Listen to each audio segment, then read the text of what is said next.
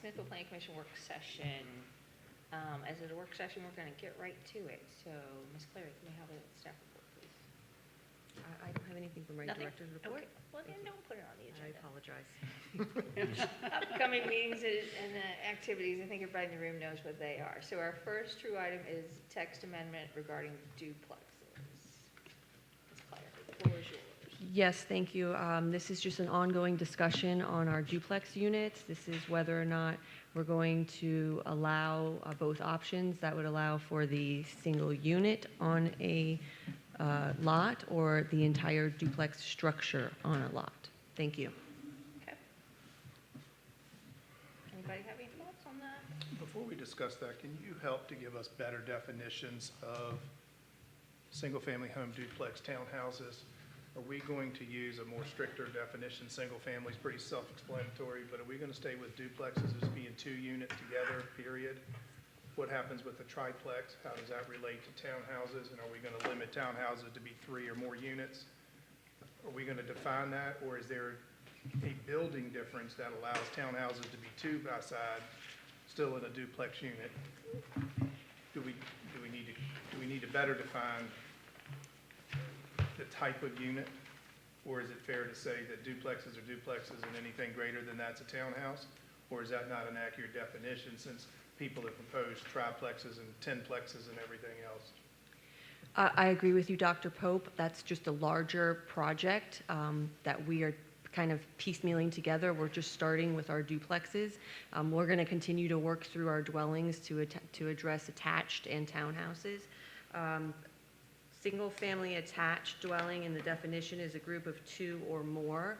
And so townhouses are defined as attached residence located on individually platted lot where they share a common wall with at least one other dwelling unit. Again, this is part of a larger project. We're just starting with the duplexes. Yeah, I get that, but I feel like we still need to define, when we say duplex, are we just talking about 2 units and then anything more than that? Are we not, I mean, I don't know, it's awfully confusing. Why is this a condo? Why is this a townhouse? Why is this an attached residential? You know, what's the difference between a 4-plex and 4 townhouses? Is there, you know, so like the old thing that got approved behind Royal Farms, they had 15 10-plexes. Was a 10-plex really a townhouse? Is it a 10-plex? Is it a different issue? Condo. Yeah, is it a condo? I mean, because when you read these ordinances, it gets very confusing of what your setbacks are with the way they're listed, because it's kind of like I don't know, it's very difficult to read because it's not clear to me the definitional difference of single-family duplex and then anything more than that. So the 10-plexes were the multifamily residential dwellings under the MFR designation.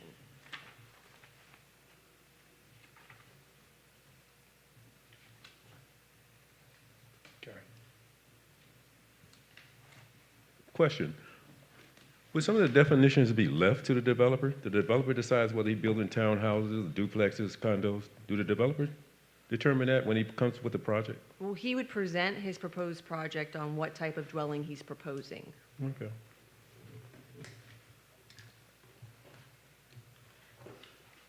So we need to have something so that we can refer to it. If it's called a townhouse, it can mean a townhouse, or it can be a 3-plex or a 10-plex. I mean, is that what we're trying to get to, right? Right, in one of the ordinances, it says that townhouses will be limited to a minimum of 3 and a maximum of 8. They're not supposed to be grouped any more than that, according to either the attached residential or the other ordinance in there, attached residential or that. But anyways, they had kind of limited, but that was townhouses. But again, I don't understand the difference between a townhouse and a multiplex.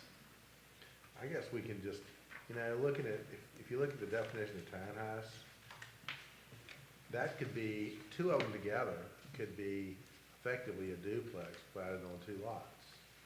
And so if you just make a dwelling duplex on 1 lot, then if somebody wants to build it with on 2 units on 2 separate lots, you just call it a townhouse, and that solves your problem. Maybe we didn't have a problem to start with. that's what I was trying to figure out definitionally, what are we gonna do? Because it might solve some of the problems, but. I agree with you, Dr. Pope. It is part of a larger project that we're working on. Right now, we just started off with the duplexes so that we can address those. We do want to come back and solidify townhouses attached and clear up some of that language as well. But we're just doing it a small piece at a time. Okay.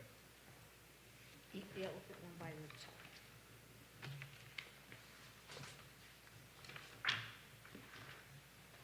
And so right now, the discussion is on whether or not we want to do the single unit of the duplex on an individual lot, and then also provide the option to have the entire structure of the duplex on the individual platted lot.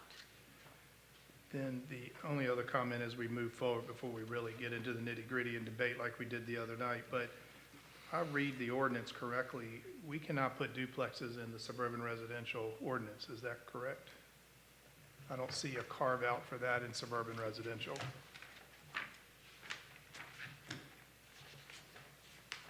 So then my question comes down to, whatever we decide tonight, why would it not be part of neighborhood residential? If they could get to more affordable homes and build a home, two separate instances on a single lot, it would make a lot of sense. It might be more affordable if you put it within the middle of a neighborhood. It may still be a duplex instead of a single-family home. But my question is I don't think I read through this. I couldn't find where suburban residential, conventional or cluster, allows for duplexes.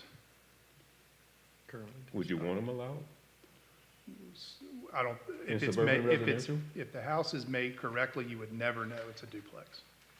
But would you want a duplex allowed in suburban residential? I'm not sure. Why or why not? I mean, yeah, I mean, I don't know if I care, but it's just one of those issues of it just sort of depends on how the house is designed and what the developer's planning to do. But yeah, I think you're thinking of a duplex as looking maybe like at a townhouse where you have two separate entrances, but it may be you can have a traditional house and a side entrance, but it may still be a duplex and serve its purpose. That it may look just like the house next door, you just don't realize it's a common wall and two different families living within the same dwelling. Well, like back in the day, our house, which has a front door, has a back staircase, and that was a second unit a long, long time ago. But I think one of the issues here with suburban residential is it was to restrict the density. Now, if you add townhouses or duplexes into it, you're increasing the density, and it, I didn't At necessarily best- say, I didn't say townhouses, because townhouses to Duplexes. me are three or more. duplexes, it would still increase density in suburban residential. So, If you read the purpose and intent for the neighborhood residential and suburban residential, it does address detached Yeah, I'm not talking residences. about detached, that's a different issue, but attached or together. But no, but when you start talking about affordable housing and trying to come up with creative ways of having affordable housing, you know, if we're not moving towards a trend of single-family homes anymore, the duplex, multi-generational families or not, whether it's separate or not, I mean, it's, these housing products may come back. and then to allow a duplex in a suburban residential, the course you would take would probably be a special use permit, which no one's really in favor of. Well, I mean, I'm just offering it as a thing because it gives you an alternative. There have been, I think a developer's come through here where they've talked about a duplex, a single-family home. I don't think they didn't do it, but I think they've talked about it. Or at least presented a rendering, or whatever you want to call it. But it's not about right. It's not in there at all. So it can be, you know, it can just be dismissed, simply dismissed. Well, that's what I'm asking, is do you want to just leave it as you can't do it, or is it worth adding it in and thinking about it? So it's not something you have to answer tonight, but as we work through this duplex lot issue thing, what's going to happen? How are you going to apply it? How are you going to apply it across the board to the other districts, the other ordinances? Well, I tend to agree with Attorney Riddick. I don't think we want to make this too complex. And that's what it seems like the direction we're headed in. We're making this complex, and I don't think we need to. if we're gonna restrict to definitions, if we're gonna narrow down the definitions of what things mean, I think we're getting too far into weeds. Well, there is a definition for them right now, and the definitions all say that they're on individual units on individual lots with an adjoining wall. So whenever we said, hey, let's put a duplex on One. one lot, With 2 units. we essentially violated the definitions portion of what a duplex or a And that's what we're townhouse trying to says. fix, right. So the question is do we really want to put it on one lot? Or do you want to have them It depends on the subdivide the size of the lot lot. in order to put a duplex on it? I think that's more steps to go through It is. that are not really necessary. In my mind, not really necessary. Is this form of duplex the form that's not currently covered by the current definition? Is it desired or common throughout the rest of the nearby localities? We have situations in town where there are duplex structures on one individual lot. Again, the impetus for this was just to provide clarification for staff, to make sure that it's consistent throughout the zoning ordinance. We originally just brought fixing it so that they were on individually platted lots, and it was suggested to provide both options. Again, we just want to make sure that it's clear and consistent on whichever option the planning commission decides.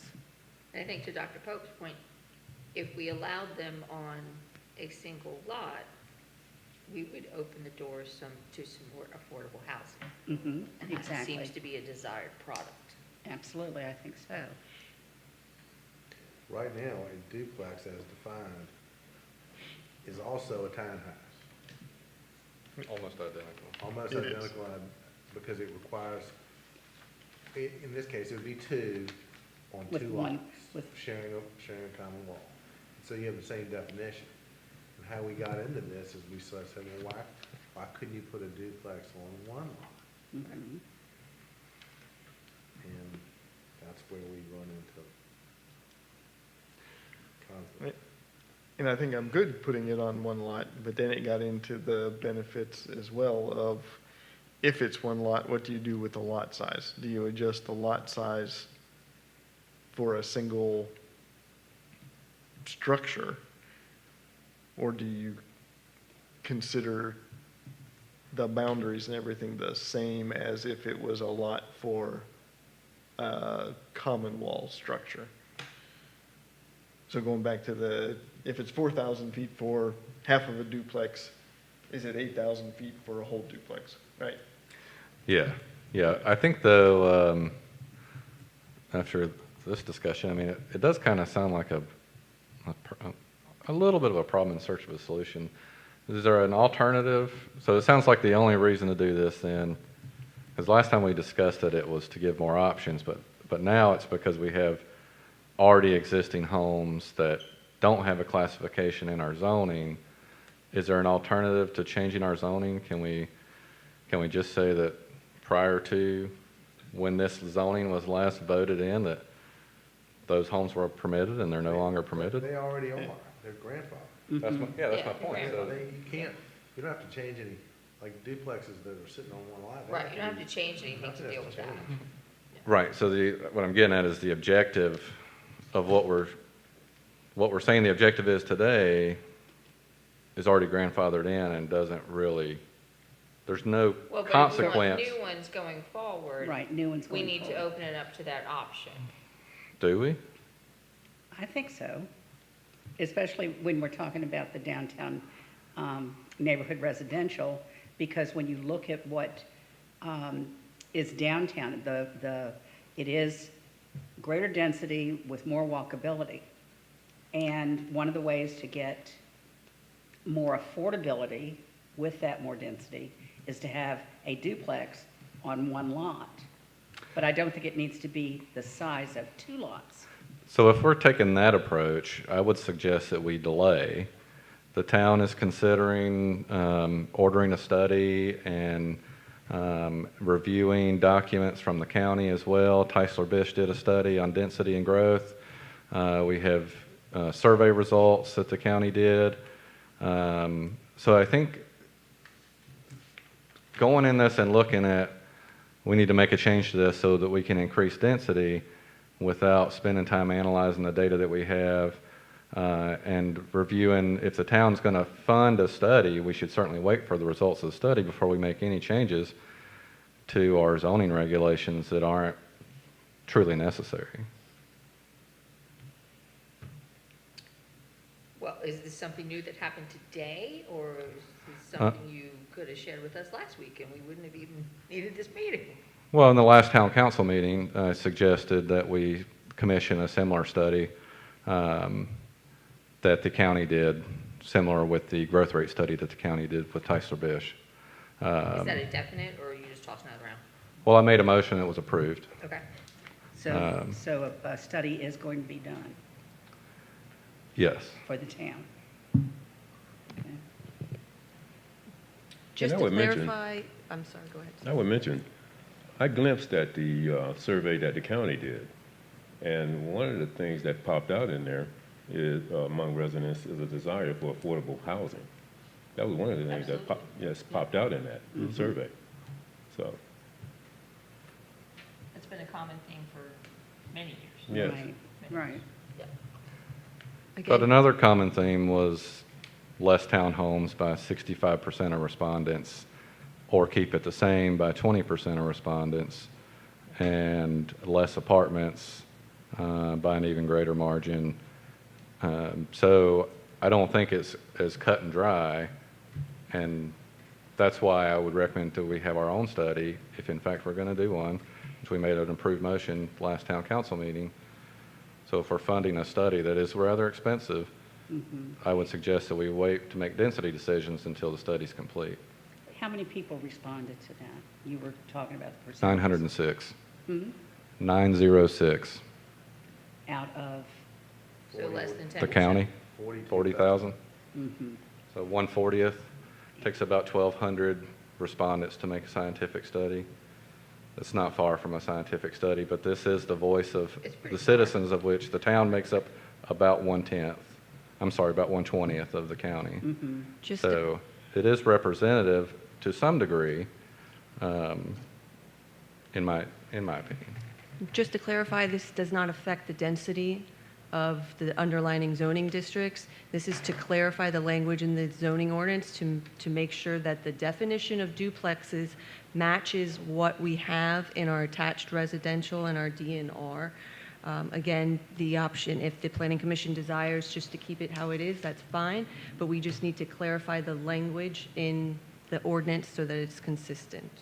But I think the mismatched lot sizes is the crux of that. The lot sizes just they're not going to be the same in the current configuration that this is written, are they? I guess the first question to start is, does the planning commission desire to have a duplex structure on an individually platted lot? Correct. What happens with vertical ownership? Is that a condo then? The way it's described in either townhouse or dwelling duplex, you have to have living area on the ground floor. Okay, so then that makes it a condo if it's vertical. It'd have to be. Yeah. Yeah. Or an apartment. So, for just real-world examples, across the street from my office, there's a brick building with 2 units. That's a duplex on one lot. Mhm. And across the street from my house is that big white double duplex. It's on one lot. So most of what we have in the town already are duplexes that I can think of. Actually, that brick building has 4, doesn't it? I think the white one has The 4. white building, no, I The think. brick building has 4. There They are have 4 4? doors. Yeah. Okay, well, that's upstairs, downstairs then. Okay. The white building across from me is a duplex, and that's clearly on one lot. Yeah. Well, in downtown, there's 2 or 3 There's some there. more We call them the yeah, there twins, are. Yeah. the twin Yeah. houses, You're right, you know, on the same side of the street. Mhm. as my office. yeah. Yeah. They're duplexes. And they are duplexes on one lot. Yeah. And not that it makes a hill of beans, but when I lived in Pennsylvania, The street that we lived on, almost all of them were duplexes, and they were all one lot. And so If you're looking for affordability, well, it just depends on what you want, and maybe it doesn't matter, but if you're looking for a more affordable option to build a new duplex would be to put it on one lot. Yes. Because you would use less land Yes. to develop the same housing option. correct. Yes. But that requires that it would be single ownership unless they did it by condominium, which is That's a really. different beast It's a entirely. completely Which- different beast, but it's still the 2 units on one lot. Right, which doesn't apply to what we're trying to Well, do, the ownership, right? It's ownership interest, but it's still 2 units on one lot. Correct. The other option would be somebody could build 2 units on 2 lots. What Mr. Cutler's saying is, well, that just requires more land, Or it's using more land, using more Yeah. land, because the Right. lots would have to be bigger. right. I mean, it's more total acreage between the 2 lots than it is, which Mhm. But they're free to do that. they're free to do that. Right. But I think his argument is, why should they be different? And if you, and maybe they shouldn't be, but if you throw the affordability issue in there, then it does make sense. Mhm. Yeah, it has to be different. Right. I think there's a real outcry, region-wide, statewide, for affordable housing, and I would like to see both options available. Mhm. Yeah. But to Attorney Riddick's comment, just for clarity, the units that you mentioned, are they owned or rented? Those are rented. They're rented? It's owned by one person, and they rent both units. And that's where my concern comes from. If you put 2 units, a duplex, on one lot, you may have a conflict with value. If one side maintains theirs or improves theirs, and the other side doesn't, Well, you have that with neighbors now, whether Right. it's a single family or whatever. Mhm. but you have some leeway if you have your own lot. Combining yours on a lot with someone else where this problem may occur, then I think that creates a problem that we haven't addressed. Well, that's Mr. an enforcement Brown, the issue. only way it could be owned separately, 2 units on one lot, would be if they owned it in a condominium form of ownership, which is really complicated, but what it requires is that both units are governed by a document that makes them keep it up. Yes. Okay, but that's not the most likely thing to happen. The most likely thing to happen is somebody's gonna build a duplex and rent them out, because And that's what I was getting at. If a duplex on one lot is rented or leased and owned by one owner, then I can see that happening. But if it's not leased and they're sold as individual units, I think that leads to a problem. it would not be a problem, No. because the only way you could do that is with condominium documents, which Right. deal with the whole issue of Yeah. maintenance and everything else, Which takes care of that. which takes care of it. So in a duplex, if you own a duplex, you can either live in one side and rent the other, or you rent both sides of it. So the duplex on a single lot, the idea is it would be owned by one person. Is that what, that's what we're saying? That's Yeah. the One- most, That's- the that's- most likely scenario. Right, Okay, Otherwise, they have to go condo. okay, all right. yeah. I am in favor of having a duplex on one lot. If it's by I- one I owner, think- I have I no think- problem with it. I think it mimics what we've already got downtown. If we're talking about the downtown neighborhood residential, it already mimics what we've got many places downtown. And it does help in today's day and age, in development dollars. It makes things more affordable for who's ever going to buy it or build it. I agree. So I'm in favor. As long as it's one owner with a duplex on one lot, Doesn't matter. it does to me. Well, because if they decide to sell it to 2 separate people, the document that governs that would be a They'd have to condominium-type go condo. document. Yeah. Yeah. Right. And so the upkeep is already a foregone conclusion. Built in. Yeah, pre-concluded, so. There are several duplexes on Wilson Road, two units on one lot. Then there's lots of townhouses on Wilson Road where 4 in a row, all separate lots. So we have the same, we have all these examples are all over town. So I would say to move this forward, does anybody have a burning desire against a duplex on a single lot? My concerns have been addressed. I have no problem with it. Both, you good?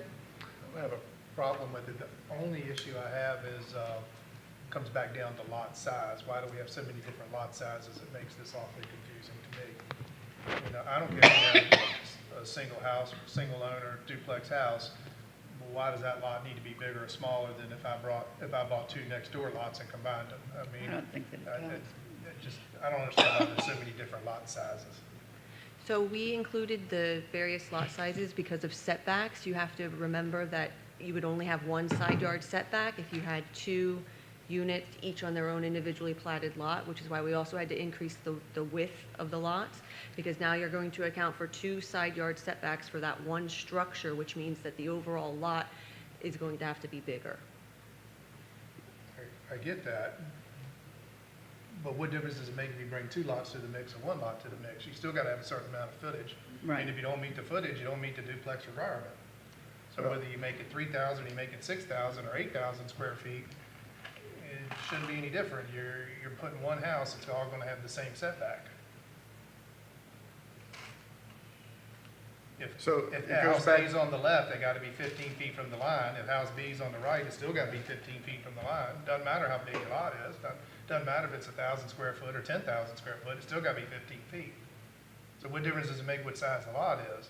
I get that there has to be a certain minimum, but that minimum should be met whether you bring 2 lots or 3 lots to the equation. Suppose about 3 small lots, vacate the lot lines and then merge them all together. As long as I can meet your setbacks with the size building I wanna make, it doesn't matter if it's a 5,000 square foot lot or a 10,000 square foot lot, but I understand we need a certain minimum. But why do we need 5 or 6 different lot sizes based on who brings what to the table? So for example, the minimum lot width for the duplex interior lot is 40 feet. If we put a brand-new duplex unit structure, it has a 25-foot side yard setback, which means the setbacks would eat up the entire lot width, and we would not be able to permit a structure on that particular lot.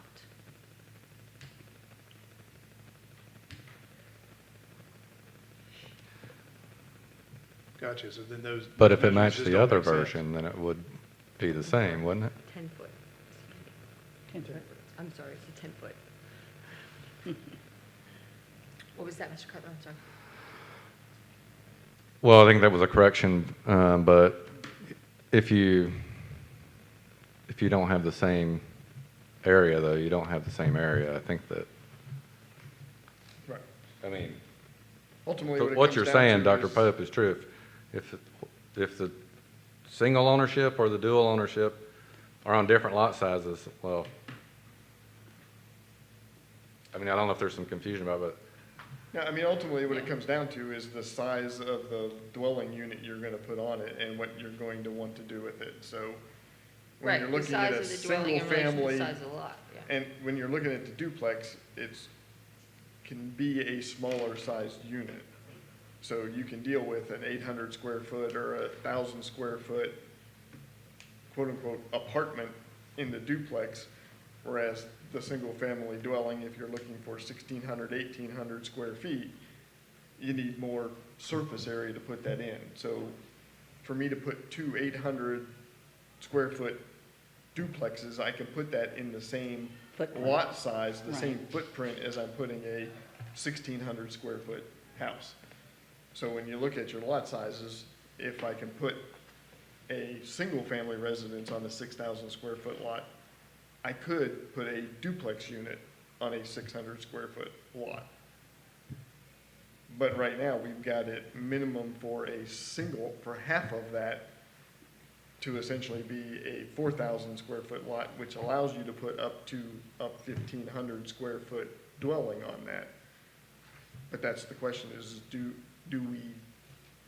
are we gonna I shouldn't say mandate, but are we going to be looking for everything to be that big that needs that size to fill the lot? So if you can do it with a 6,000 square foot single-family dwelling, then I can do a 6,000 square foot duplex, and you're done.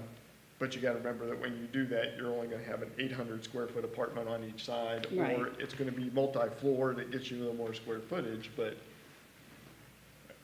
I don't know that because we put a minimum of 4,000 on the half, quote unquote, half of the duplex sized lot, that it therefore demands an 8,000 square foot lot Yeah. for a duplex.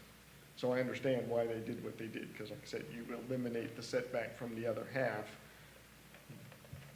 But to your point, if I need 4,000 for half, then I need 8,000 for two halves. So because it mirrors the setback, it just gives you more room Right. to build a bigger, Just depends on the but if you don't dwelling. want to build bigger ones, do I have to build bigger ones?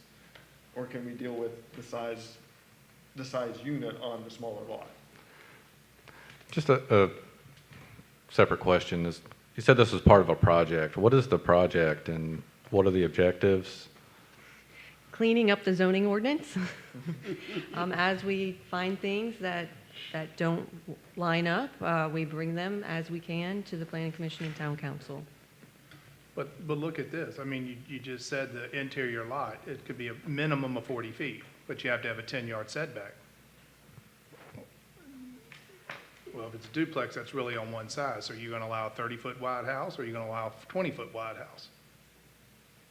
If you got so you got a developer who's gonna draw a 40-foot wide lot, but you got 10-foot setbacks on either side, you're gonna limit them down to a 20-foot wide house, so you're gonna have a shotgun house. But the minimum for a single-family dwelling isn't 40 foot. For a single-family dwelling, it's 50 foot. Yeah? So But I'm also- back to a 30-foot width unit, No, But a side yard. that's not it. because your side yards are both 10 foot.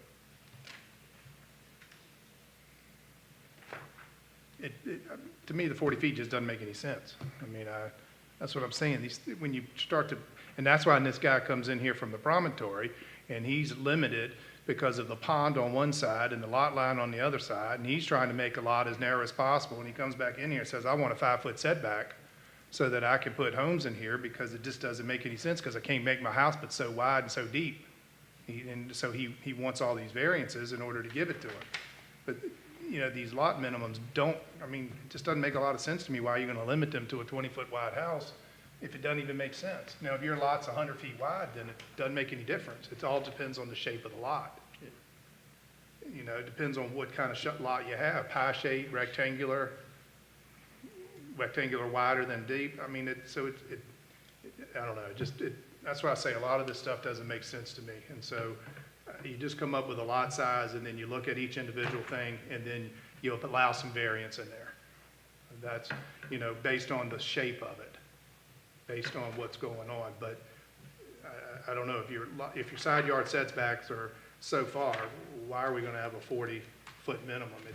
You're just not gonna build a 20-foot wide. Your double-car garage is 24 minimum.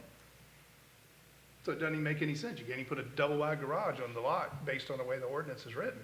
I don't care how big the lot is, other than the width and what they're allowed to work with. And every developer is gonna squeeze it down as far as they can squeeze it.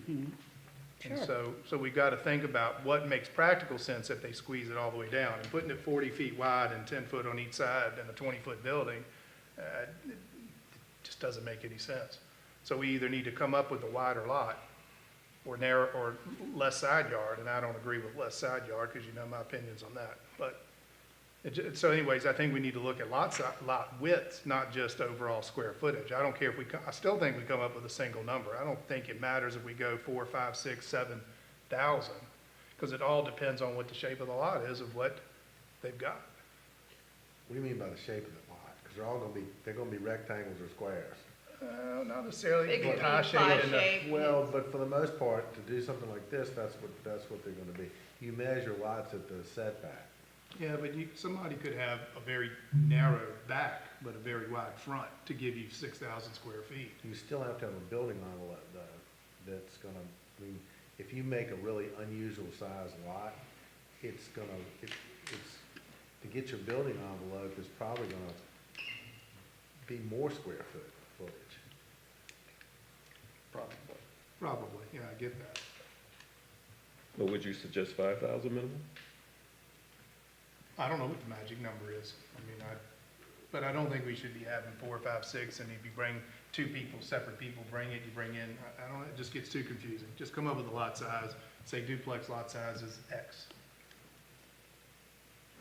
No, you were saying 40, but 40 is the magic width for half. If you're doing a whole, then the magic number was 60.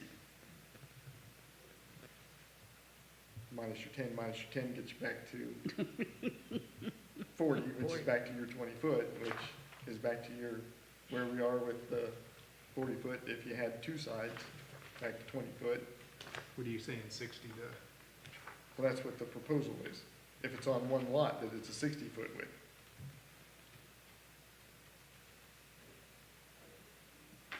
I got you. Which zoning district are you looking at, attached residential or? Well, they're both. It's in downtown neighborhood and it's in Oh, that's attached. ER. Well, there's no 40-foot width in, Downtown neighborhood residential. there's not an AR. DNR.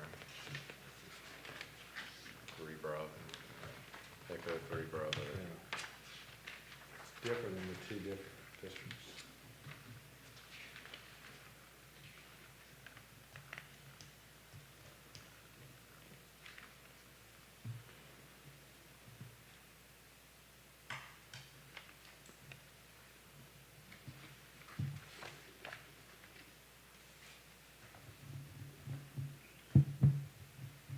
Because that's a good question to ask too. You know, the minimum lot width for duplexes and attached residential is different than minimum lot widths for duplexes in downtown residential. Which goes back to why Tom was asking the question he started with, which is what's the difference between a duplex and a townhouse? Well, I get it. Because I can come in and say I'm doing The a, way there is no difference the way it's defined right now. that's correct. Right. And what we were talking about, that's how this all got started, is do you want to let people build a duplex on one lot? If you do, great. If you don't, don't. So that's really the whole, but then Darren, he throws in the lot, like you mentioned, I don't mean it, your point's well taken, but it just kind of, you know, it's kind of skewed the whole conversation because, Well, we're all over the place Yeah. about the purpose of why we're doing this. well, I know. So it's not even really clear at this point, you know, at one point, it's because we want to give options, and then we're trying to give increased density, and then we're trying to do it because we already have pre-existing homes. No, And it's part of a project, so- Pre-existing homes has nothing to do with it. Right. Well, that was mentioned tonight. No, that's just examples of It's just an that example. we have them in So- town already. That's not a reason to do it because they're all grandfathered. Exactly. Okay. Yeah. So, you know, I think having an unclear reason, you know, whether it's for density or whether it's just for options, you know, I think that we're certainly not solving density in Smithfield, and we don't have enough land left for so many things. So it's a lot of energy to put into this that is worthy. But I guess my point is, I don't want to say. I don't have any more comments. Is the juice worth the squeeze?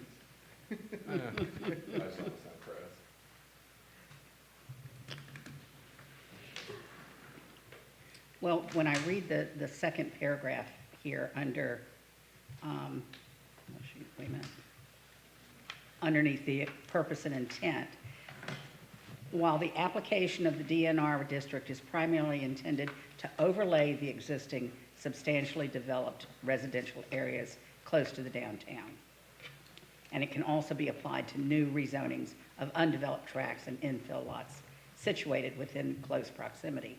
So, yeah, to me, this particular one is, let's make sure that whatever we have, whatever rules or zonings that we have for new development overlays on top of what we've already got, right?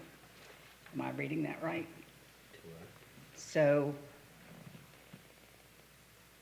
since what we already have are duplexes, mini duplexes, residing on one lot, and that's, we're trying to get to substantially keeping within what we've already got existing, then yes, I think we should go with allowing a duplex on one lot. Yeah. So let me see if I can break this down and make this easier then. So if we say we're all good with putting the duplex on one lot, then we can say, okay, we're good with putting the duplex on one lot. Tom, you good? Yeah, I'm fine with that. Charles? Yes. Yes, yes, yes. You got it? Yeah, so we're all pretty good with Okay. that. So now what we need to say is, what do we think the minimum size for one of Correct. those lots needs to be? Well, you can take, okay, but Right. you can just take away the whole option of putting it on two lots, because then it meets the definition of a townhouse, and so it doesn't need to be a duplex. Duplex could only mean a two-unit dwelling sharing a common wall on one lot. Yeah. But that's not what we have. But our definition in one of the articles in here says our townhouse is a minimum of 3 units. So our townhouse would be a minimum of 2 So units. you're right. I was gonna say the definition that's of what it a said in one townhouse of the doesn't say ordinance. that. The definition It's not of the- attached, It's not the definition, it's the requirement. I think it's a requirement, isn't it? So is that where we have, for the intents and purposes of this document, a duplex, a townhouse, or a condominium all indicate multiple family dwellings sharing common, Condominium is not a. Attached residential, yeah, 3E11. Sharing common 3E11 at the top. interior walls. So then do we need to change the townhouse to be Well, let her look at it and see greater if than I'm 2, reading less it. than 8? Let her look at it and see. you say 3E11? Attached residential ordinance 3E11. At the top, very first line. No more than 8, no fewer than 3. Shall include new physical components.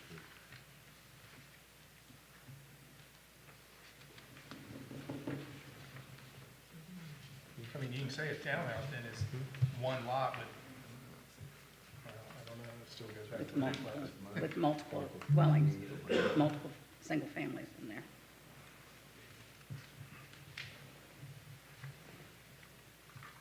I don't know.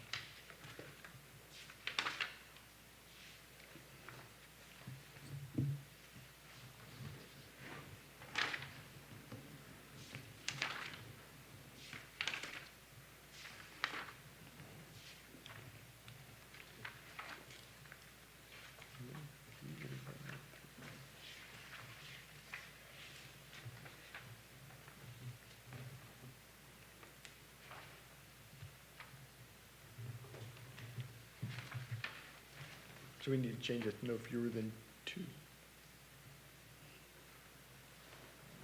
But if you put 2 units on one lot, how's that a townhouse versus a duplex? Or you change Well, the that's- definition of townhouse. That goes back to what Yeah, he was saying is. it'd be on separate lots for a townhouse, it's single se- lot yeah, for a If they're duplex. separate lots, it's a townhouse. If it's single lot, it's a duplex.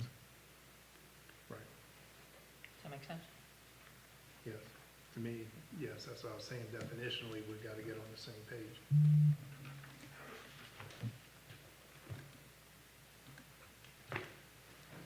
Does that make sense to everyone else? It does to me. It does, yeah. Does to me. Everybody good? Well, which thing are we? Does it to the plan. So a duplex is 2 units on a single lot. A townhouse is 2 units on 2 units on 2 lots. So which are we changing? Well, townhouses would be 2 to 8 based on what we've said. So you Instead of can't put 3 to more than 8. 8, but that means it'd be 2 lots, 3 lots, 8 lots, or whatever, right? Because It's they would not all that- be individually plotted lots on the townhouse. The definition of townhouse doesn't change. It's the requirement Right, under the the requirement zoning in that district zoning that would of at change. least 3 that changes. Townhouse is not defined as 3 or more, but there's a requirement on that page 311. Yeah. So if we took out at least no fewer than 3, 2 townhouses on separate lots sharing a common wall that would be the duplex that we're talking about, that's currently defined as a duplex, 2 units on 2 lots. Right. And then duplex could just be defined as 2 units on 1 lot. And then we get where we should be, I think. But if you do that, then we're gonna have to add a 2-resident townhouse into the ordinances where we have duplexes Right. Right. and restricted to a 2-unit townhouse.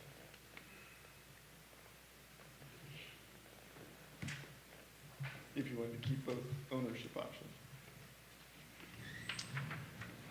Sounds great. Okay. I'll look forward to seeing the new write-up. That's for the definitions, but now we still got to decide minimum lot size and what you're happy with that.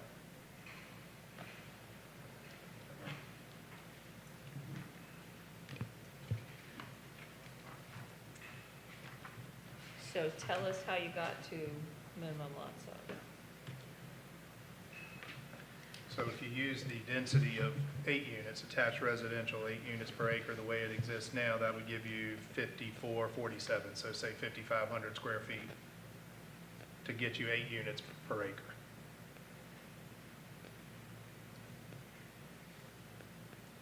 And it'd be 8,700 if you use the density of 5 units per acre, based on the downtown neighborhood residential as it exists now. 8,750 and 55, roughly 5,500, rounding it up.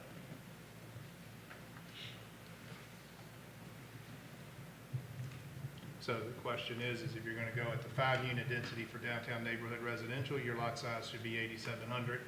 If you're gonna go with 5 units, or for 8 units, it'd be 5,500, or whatever seems to make sense. But if you're gonna go with 4,000, then that's gonna be roughly 11 units per acre if you're gonna go to that. Thinking about it right?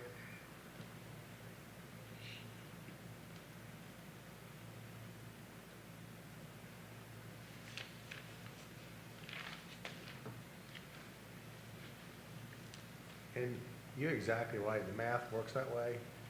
I think the reason all these lot sizes were smaller was taking into consideration, particularly in the DNR, is you're dealing with already intensely developed area that you're not gonna be able to meet those minimum lot sizes.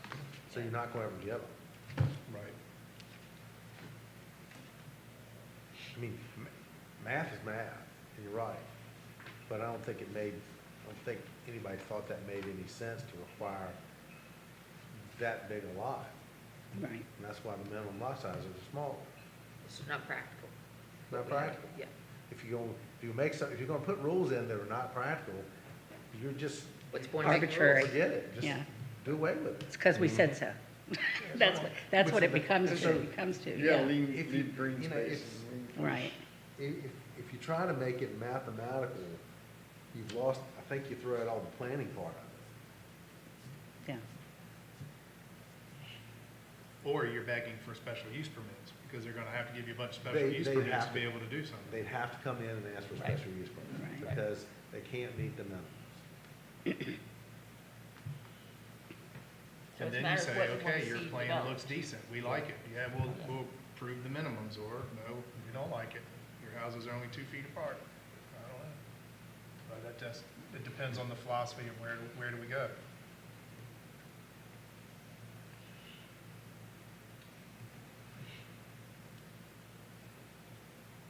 Now, I promise you, in whatever year this was done, people they spent a lot of time doing this and took all this stuff into consideration, because, it was, Yeah, I don't think they drew lots out of a hat No. to it come wasn't up just, with this. it wasn't just math, it was like, okay, let's apply these rules, how do we apply these rules that we're gonna make to our town based on what we already have. And what vision does that give And you? what vision does that give you? And so if you make it a mathematical computation and try to apply it to Smithfield, it just doesn't work.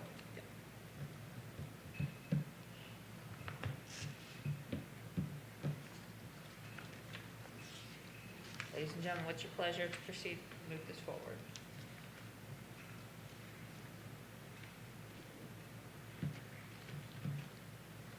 Ms. Clary, do you feel like you have something to go on to? I do not. Okay. We appreciate your candor this evening. You weren't listening. Well, you should take better notes, girl. No.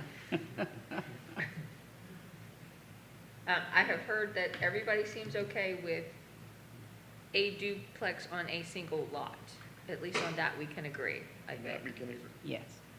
I'm not sure we're in any agreement in terms of lot size.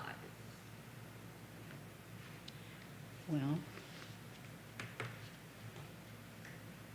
Well, for me, I'd like to see the side yard stay at 10 foot. I was gonna say, yeah. On the corner lot, side yard corner lot, 20 feet, I think that could be reduced to 15. Because I guess you're just saying stay 20 feet off the road. But if you go out around James Street, Washington Street, there are a lot of houses that are a lot closer than 10 feet to the road. Yeah. But 5 feet. I could go down to 15 feet in order to accommodate, you know, a 5,000 square foot lot or a 4,500 square foot lot or something like that. So that would be my suggestion. I don't think we need 10 billion different square foot lots. For me, I'd pick a lot But if, and go with it. if you wanted to leave, didn't matter whether it's a single-family lot or a duplex, it's the same size lot. But you required, this was in, these 4,000 square foot duplex lots were anticipating a requirement that there was gonna be, under the old ordinance, as it's under your current, one lot, one dwelling on two lots, one on each. But if you do away with that and just say, okay, you can build a duplex, but you have to have the same minimum size lot. And then you just do away with all the duplex lot sizes, because they're gone. And then you just go through and wherever it says townhouses, if you want to, you, in whatever districts you think are appropriate, you get rid of the three unit minimum, then you're there. Because a duplex is now defined with one unit on each on separate lots, would then be defined, would then meet the townhouse definition, Right, you become a two-unit a townhouse. two-unit townhouse, because they're on separate lots. Separate lots. Well, and does the lot size really matter as long as the, whatever lot they have and the dwelling they want to put on it, they still have They have the the side setback. yard setbacks that they need?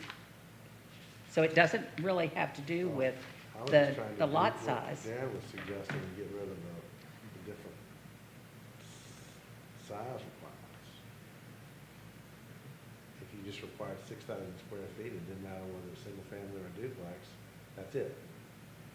But a duplex is defined as 2 units on one lot. Mhm. If you're gonna have 2 units on 2 lots, it's not a duplex Townhouse. anymore, it's townhouse.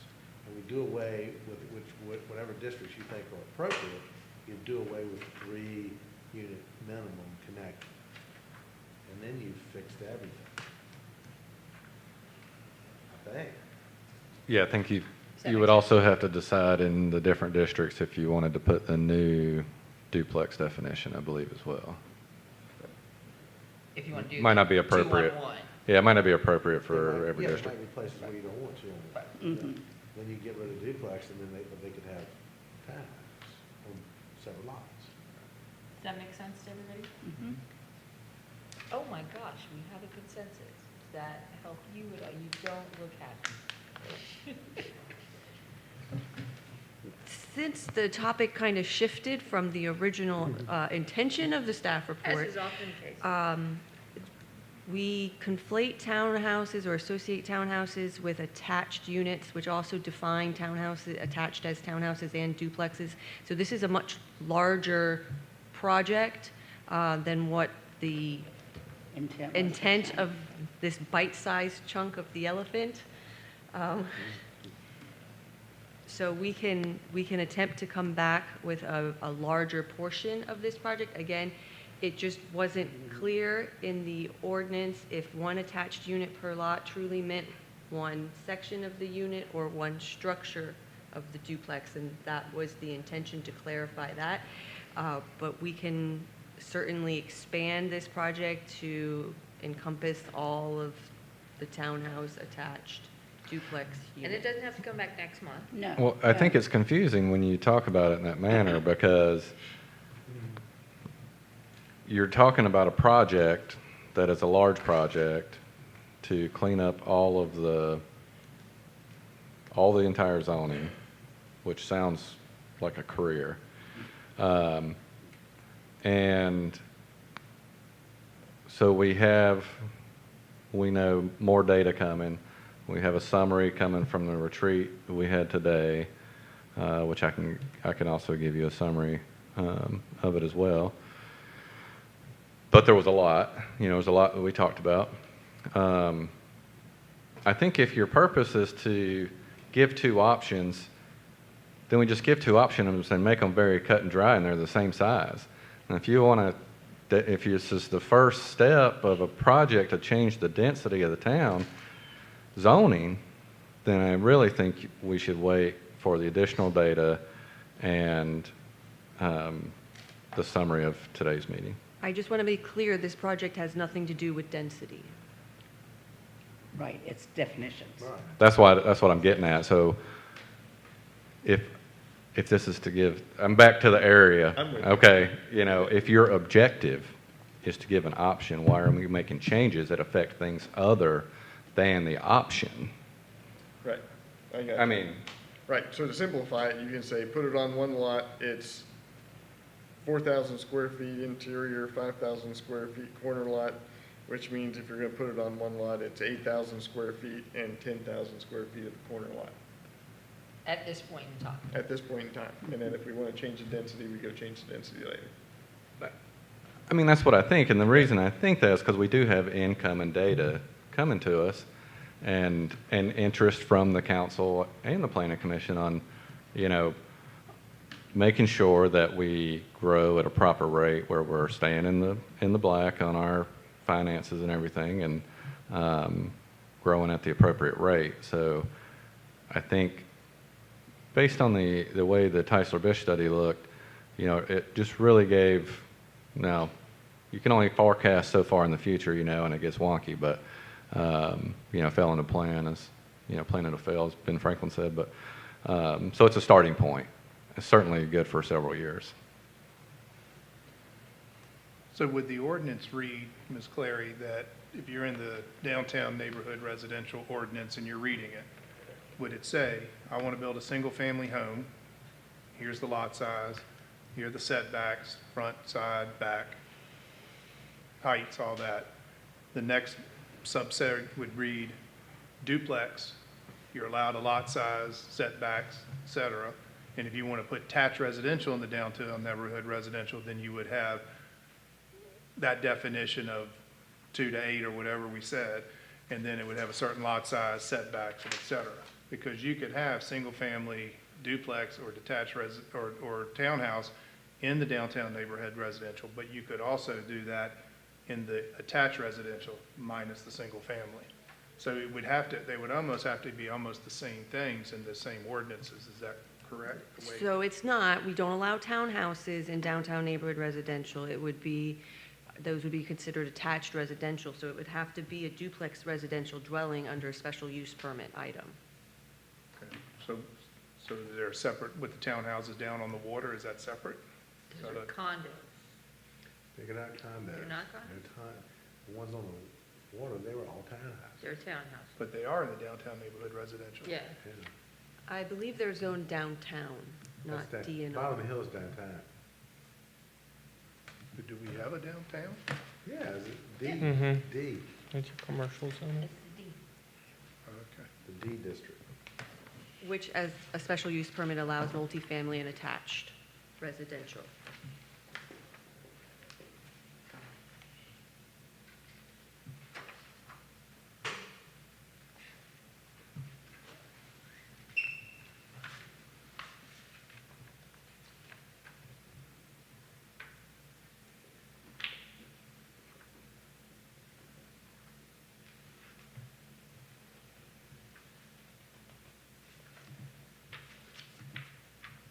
So we're coming back around again, we seem to get a little circular.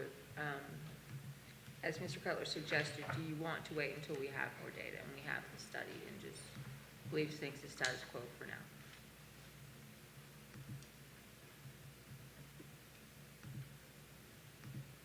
I think we can provide the option for the single lot, going with his recommendation, don't change the density, don't change the size, make it look like it would look like today, which is double your 40, double your 60, double your width, double your pleasure. And That it all makes sense, fits. everybody? I guess so. So just to summarize, so I can make sure that I'm up to speed, that you are in favor of the definition provided in the staff report. This would allow the second option of having one duplex structure on an individually platted lot. We will take the minimum lot areas for the attached unit at the 4,000 square feet and 5,000 square feet, and then we will double it if you're putting one structure on one lot. Same thing with the width. This would be applicable in both the DNR and the AR zoning districts. Does that make sense? Everybody good? Thank you. Thank you. That's easy. Yes. All right, so let's do the low hanging fruit and skip density and look at home occupations. Ms. Clary, what do you have to share with us on that? Yes, thank you. This was brought back to the Planning Commission for their work session. I believe this was prompted by the authorship special use permit that does require a home occupation permit. In the MFR, those would be a special use permit item that they would need to apply for. If you go to item 15 in that section of the ordinance, it does list out those that are specifically tied to being a home occupation, and which item B is an author or composer. We can remove author from the home occupation list if Planning Commission so desires. Yeah, I was really distressed. I mean, this woman tried to do the right thing, and it seemed like it just caused her more aggravation I and more know. money. She's not selling books. She's not having even a book club at her home. She's sitting above her garage writing stories, and I would hate to penalize someone for something that's really going to have no impact on her neighbors and no impact on traffic. So I would like to see us take this out.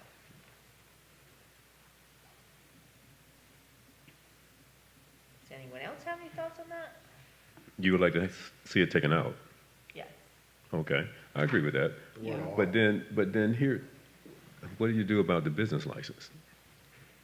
Has nothing to do with where they're conducting, well, where they're creating their business, right? We would treat them as a home office. They would Yeah. still be required to get a business license.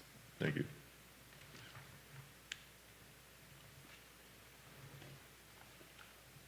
Does anybody else have any heartburn about that? Any concerns? No, I'm just looking at the rest of the Yeah. occupations. I mean, I think there's a case to be made for some of the others as well, if they're not having a high level of traffic. Right. Artist, sculptor, photographer, typically they're going somewhere else, unless they have a studio, in which case they need to have more of a storefront situation, that would be different. But artist and sculptor, I could see being in the same vein as an author. We could maybe throw out a welding sculptor that potentially would be making a lot of noise. Noise and big things, And okay. larger I can see that, things. okay. And remember, this is only, in most districts, it's okay to do all this stuff. Right. Yeah. It's only because It's within the multifamily. and then the best example would be like if you had a music teacher next door and she has a tuba student and they're over there just. Yeah, we got drums all Yeah, day or and all that, drums yeah, all day, yeah, yeah, yeah.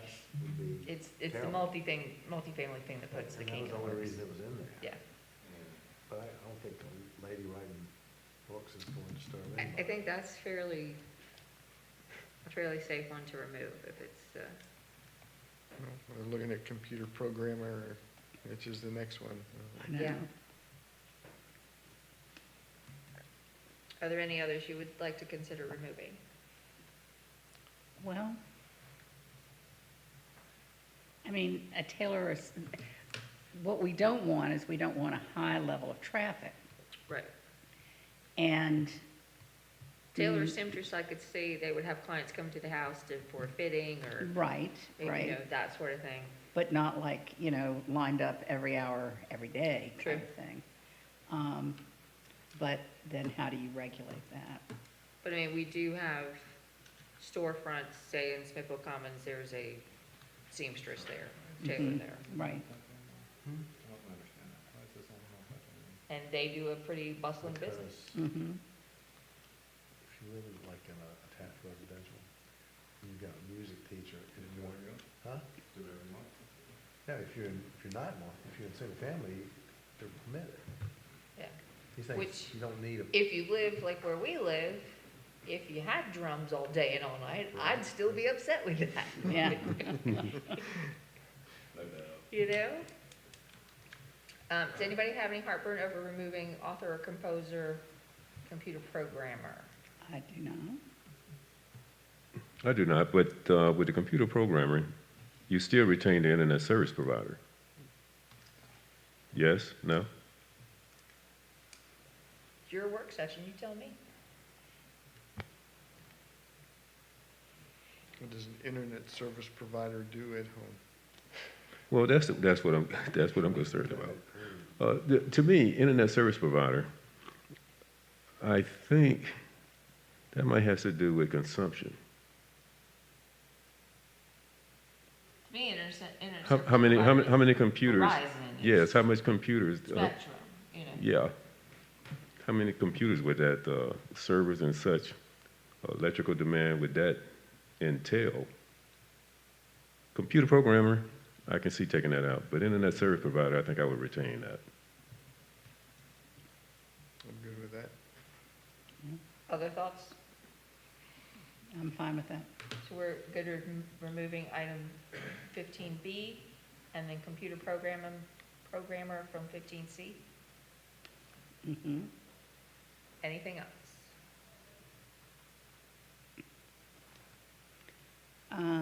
What about telephone answering service? Would that get into noise?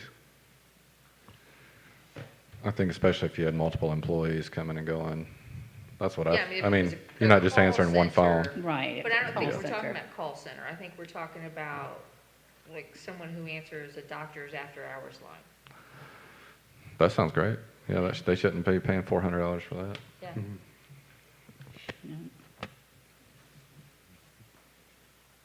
Yeah, I'm in favor of taking that out. I just look at all of them from the worst case scenario Well, and yeah, you have to, I mean, because somebody that otherwise. put a it'll go call back to center minus. in, somebody puts a call center in their apartment, and they're like, well, you deleted telephone answering service from the ordinance, so, but that wouldn't be a home occupation anymore. Right, you need a when brick and you've got mortar more for than that. one person there, that Yeah. becomes, that's not a home occupation No. anymore, because that other person's not living there. Right, right. So I'm hearing remove author, composer, computer programmer, telephone answering service. Mm-hmm. Anything else?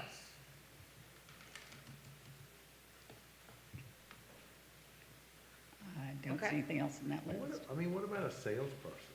He's sitting there on the, he's sitting there on the phone selling widgets all day. Well, like Rich Waxman, Exactly. goes off-site, has a home office, does his business, but he doesn't have clients come to his home. He goes to medical offices to sell his wares. Why would you have to have a special use permit to have a home office to be a salesperson? I don't know, because I'm thinking about, what about the person who answers the phone for Amazon at 2 a.m.? Not answers the phone, but takes an order from somebody calling a company at 2 a.m. Got those all over the place. I wouldn't see where that would be objectionable. That's a salesperson. And it clearly says, No retail or wholesale transactions occur on the premises. yeah, I don't know why you would need a So special use permit for that. how did these end up on the list to begin with? we don't know, we weren't here.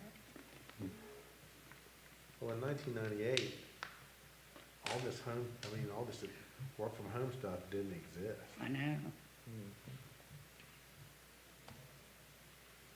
So do you want to remove salesperson as well, or do you want to I'm in keep it favor of as that. as it's stated? Right.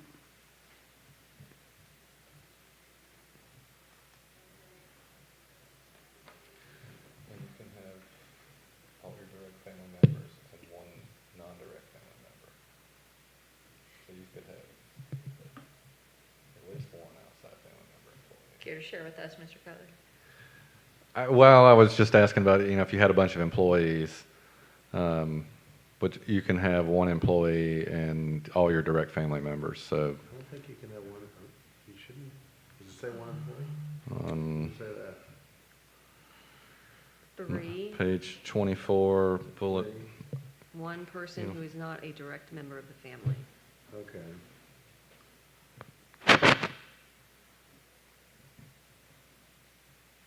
you could have a couple, Yeah. an employee, or couple, and adult child, and an employee, but So what's your pleasure on salesperson? I'm in favor of removing it.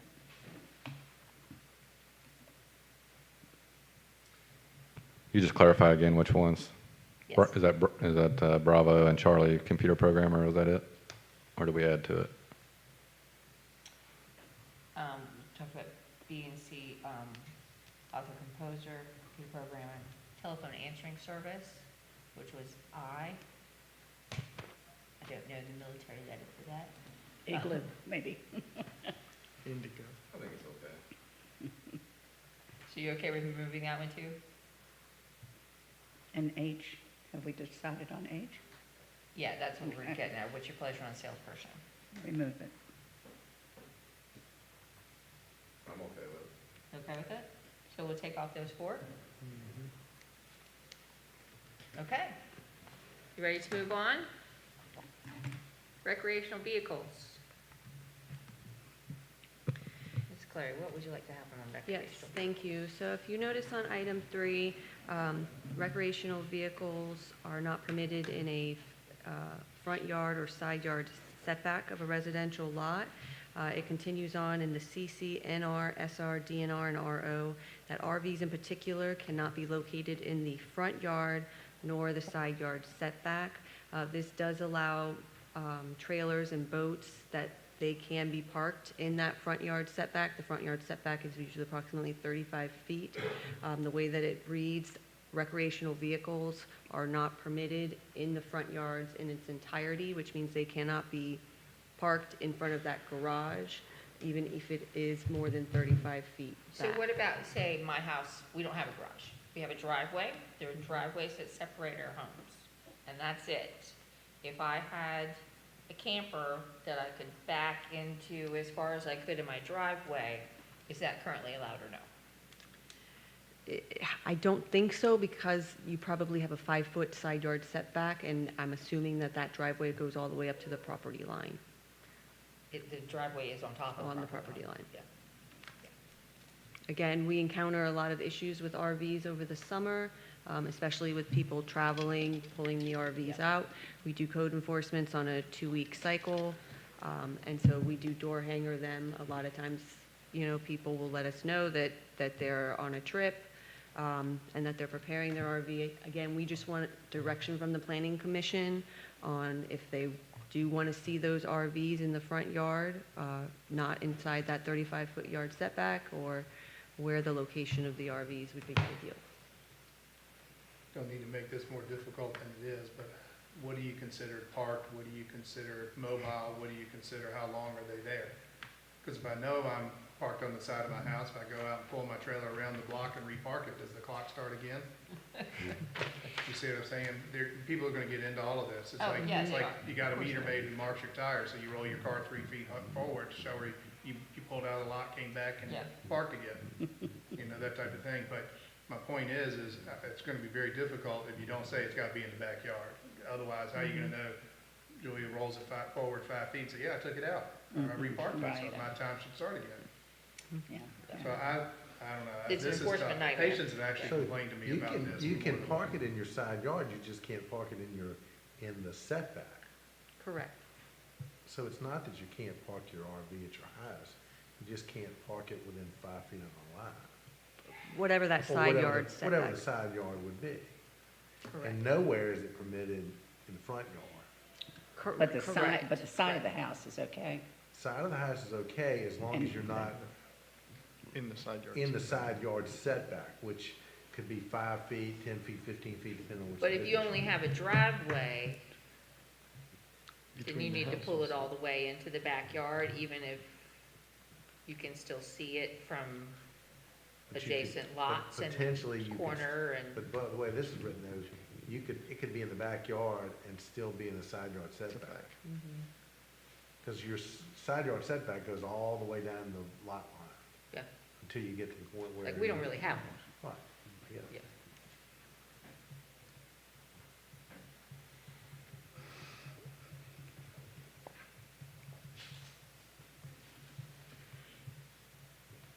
Director Clary, could you explain, give us more details on what type of problems you were having with these vehicles, these type of vehicles? Especially during the summertime, they are parked in the front yard because they're either being loaded or unloaded, at which point the residents do receive our door hanger letting them know that it cannot be parked there and it must be removed. Or we've had some within a couple of blocks, that have been parked on the street Yes. for several days. So what's the motivation of wanting to change this? Just get them to the backyard. To move it just to the backyard? Get them to the backyard or have them, rent a spot at an RV storage Okay. place and get them out of We downtown. just wanted to We want to clarify. clarify, we want them in the backyard. That's, okay. Right.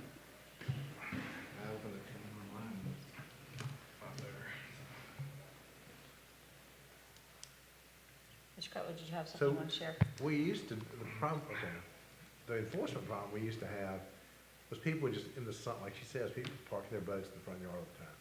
And Joseph would go around and say, look, guys, you can't leave your boat in the front yard, you gotta put it in the side yard. And most people just comply. That, Right. now, I don't know, I didn't hear just a minute ago, but is that becoming a huge problem? We do have a huge problem with the RVs in the front yard. So the way that it's written, though, recreational vehicles are distinguished between trailers and boats, at which point boats are able to be parked in the front yard, provided they're not in the front yard setback. Well, that doesn't seem fair. Again, this is why we want to make sure we are clear on the direction of the Planning Right. Commission. I'm a little bit confused. I was just looking for some clarity on it, so I pulled it up online, and I got a completely different version. Yeah, but I could totally be doing something wrong. But Article 2, General Regulations, just ends on page 10 when I opened it from the ordinance pages. There's not even a section P in it, or O for that matter.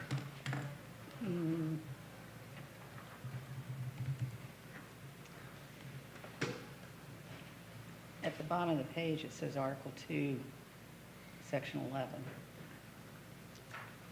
Section P3 is included in the agenda packet on page 52 of the PDF. Right. That's what we're looking at. Yeah, well, what I was trying to figure out is if you were trying to add the highlighted part or just change the highlighted part. The highlight part is what exists, correct? Right, but when I open it online and it's from September 1999, in the header, September 7th, 1999, and it doesn't have that stuff. It doesn't have, it stops at N3. And where are you going, the website? Yes. from ordinances on the, Could it be that's not up to date?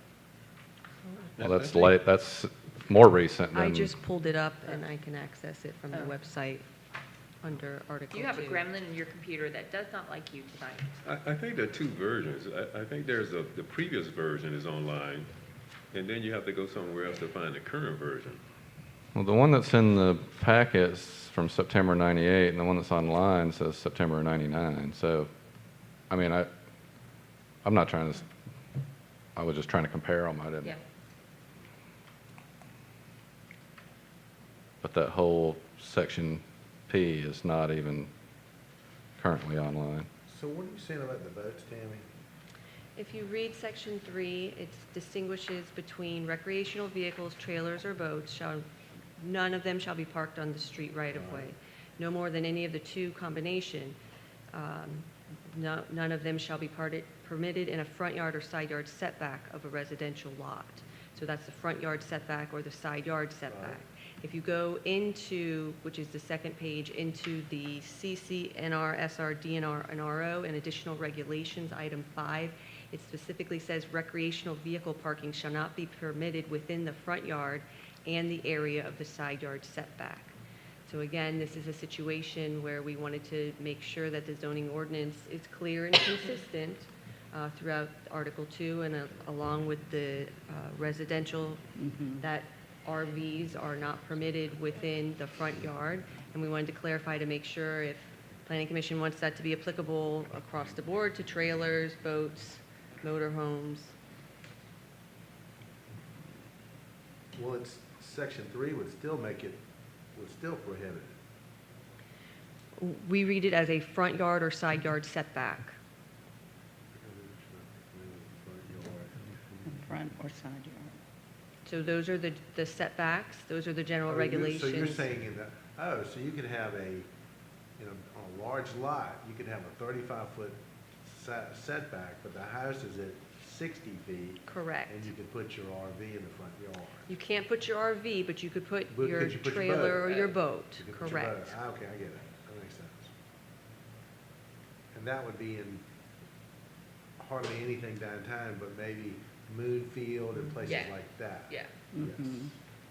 Which probably, we have lots of houses are set way back, you probably end up with that situation. Okay. Got violations of each of these that I can think of in my neighborhood already. Yeah. I got someone living in an RV, I got someone with 6 trailers in the Got yard. all the above. They And I got all someone with and a all their boat in the front cousins. yard, so The town works on a complaint basis. I'm not complaining. Everybody does. Everybody does. Yeah. So what's your pleasure? What do you want to actually restrict? RVs to the backyard. Yeah, I was gonna say, I think the way it is fine. I That's actually- already that way. That's that Right. way. We got RVs that. RVs can't be in the front yard, but your boat could, But your boat and your trailer yes. could be. Do you want to change that?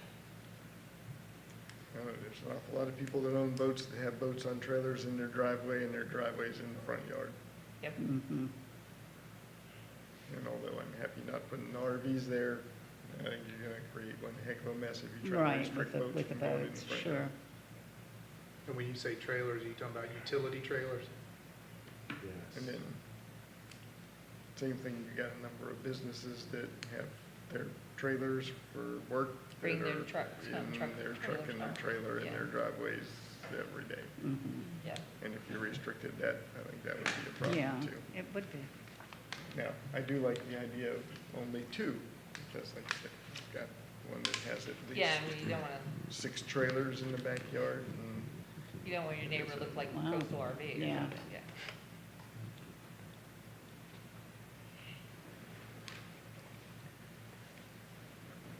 So I would take it, most of your complaints come from RVs being parked on the street, right away? In the front yard. Okay. Yeah, And that's already prohibited, Yes, right. but but that's the number of your, the most of your complaints, they're based on RVs on the street? No? That was just my neck of the woods. No, I see RVs on the street. I see them on the street. We get complaints about RVs in front yards. Okay. So neither one is ideal. Okay. RVs are always prohibited. Boats, maybe, Mhm. just depending on the house and the lot. Right. And this is every residential district in Smithfield? This is in community conservation, neighborhood residential, suburban residential, DNR, and the RO.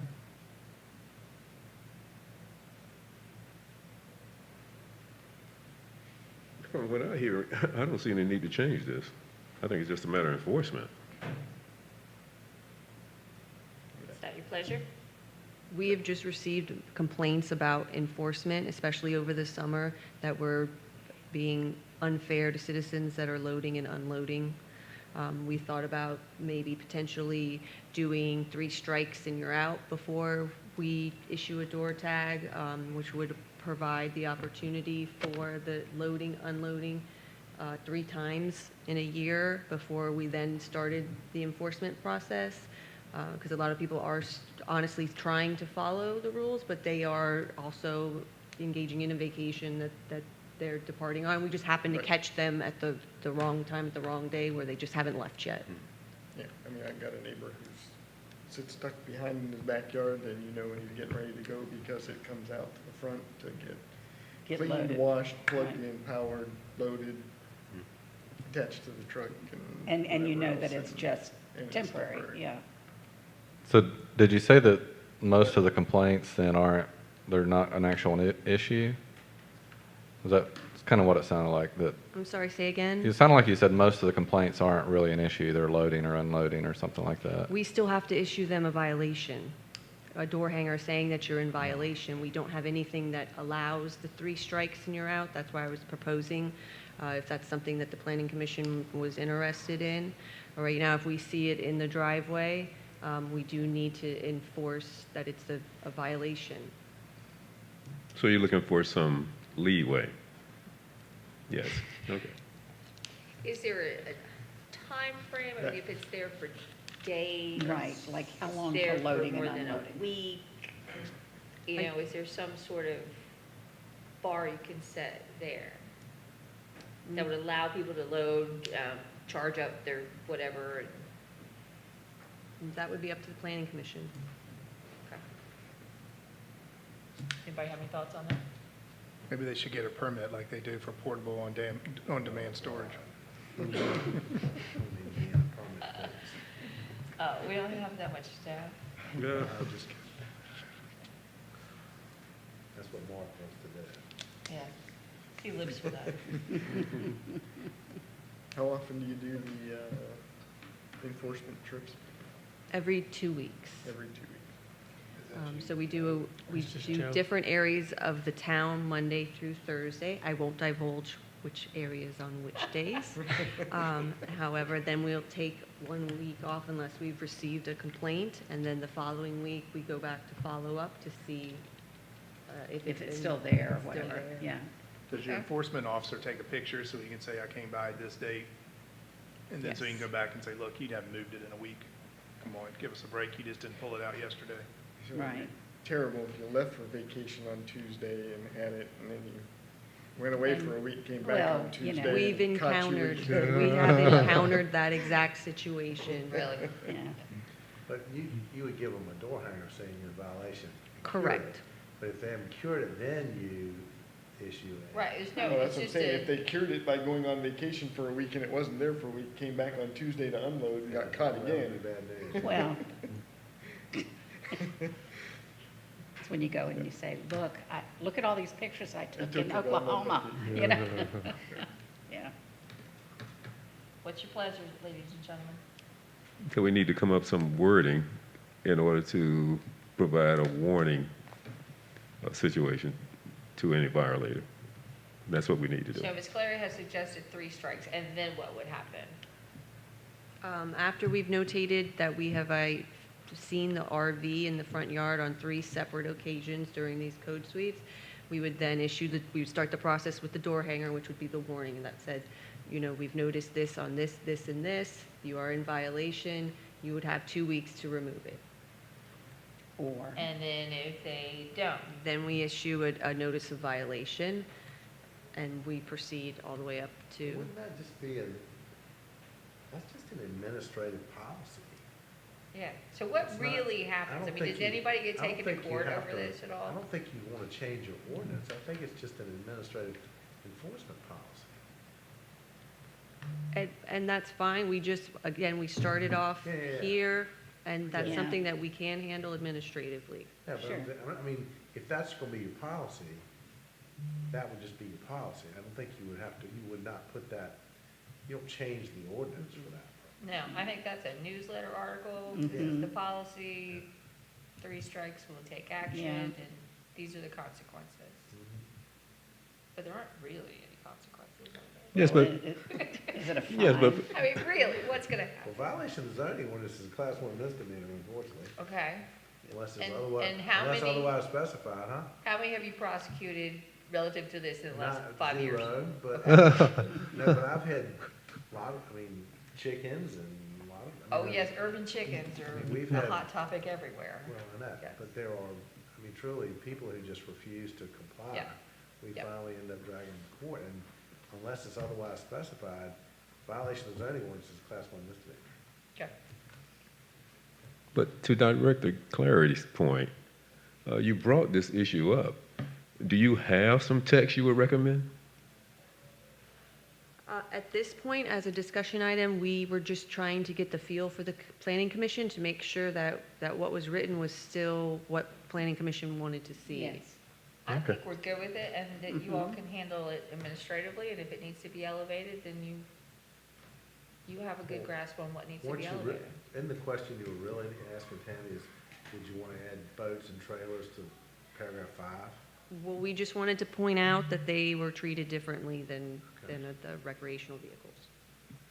Well, because nobody's if it's a boat, whether it's a bass boat or one to go out in the river, nobody's living in it. Yeah, if it's big Where enough with to a live on, RV. you've got a slip for it, Yeah, yeah. So I think boats are different in my mind. I do too. If they're gonna live in it, it needs to be the backyard. Yes. Is everybody in agreement on that? Aye. Excellent. All right, I think our final item, oh, no, just kidding. Next item is accessory apartments. Ms. Clary. Yes, thank you. So I'll just go over the requirements. They are allowed to be located in community conservation, suburban residential, neighborhood residential, and DNR. In order to qualify, you have to be related to the owner, and the owner must occupy the principal dwelling unit. It is a 2-person max with at least 62 years or more, or physical or mental. There needs to be written certification by their regular physician for the nature, effect, and duration of their disability, which I'm not sure that we are even allowed to require. No, you should. Yeah, probably not. It has to be 400, it can be a minimum 400 to 800 square feet, but it cannot exceed 25% of the existing floor area, that primary structure. It can have 1 kitchen, 2 bedrooms max, 1 bathroom, and 1 all-purpose room. The way that our zoning ordinance is written, though, it must be located within the main structure of that primary dwelling, or it can be located on a separate level over a freestanding garage. So we do not allow accessory dwelling units in accessory structures unless they're above a detached garage. The process is quite intense. It is a SUP, so it goes through its public hearing. There's a recordable agreement that they promise to remove the kitchens upon termination of the SUP.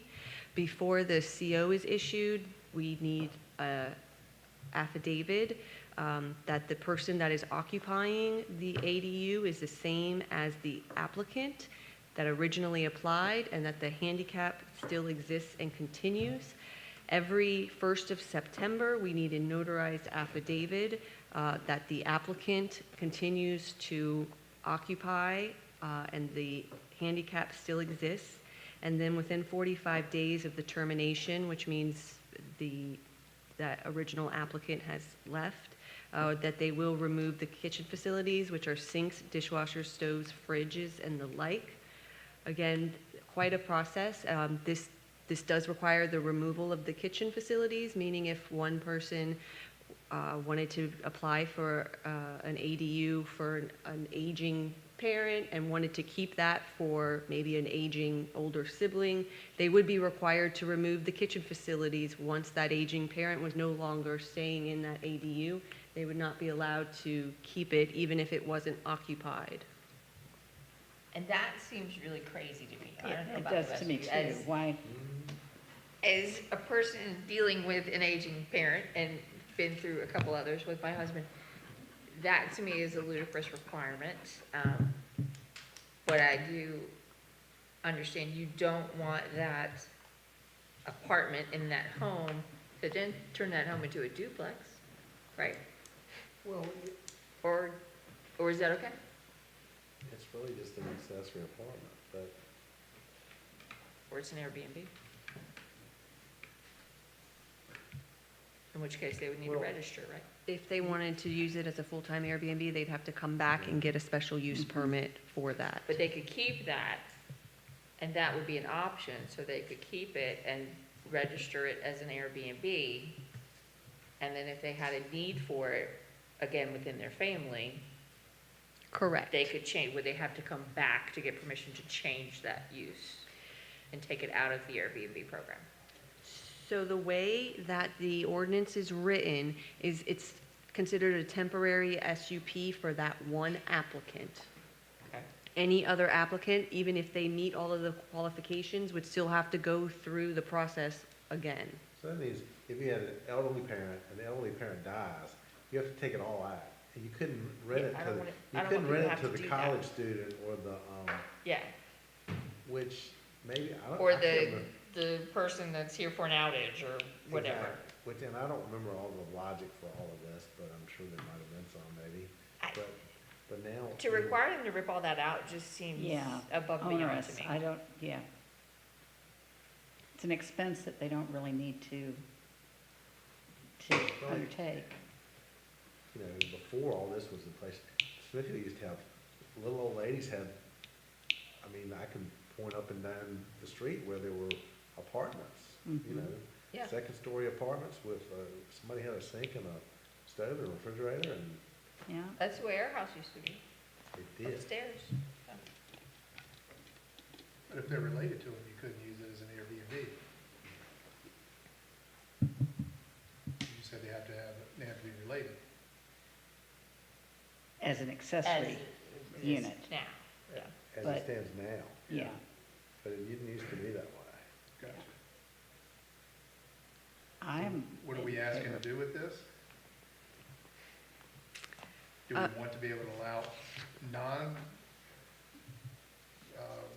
familiar people to rent it? We have been approached about the removal of the kitchen facilities as being an undue hardship for somebody that is trying to follow the rules, that doesn't want to have to remove it to then put the kitchen back in a future time for a future need that would Right. qualify. And so we're bringing it to Planning Commission to get a feel for how you'd like to treat the ADUs, if you'd like to keep these requirements, or if you're also in agreement that we could craft something where the removal of the kitchen facilities was not a requirement. I would like to see us change it so the removal of the kitchen facilities is not a requirement, but if they wanted to rent that space out They have to come to back. someone for an outage or as an Airbnb, then they would have to come back. Right.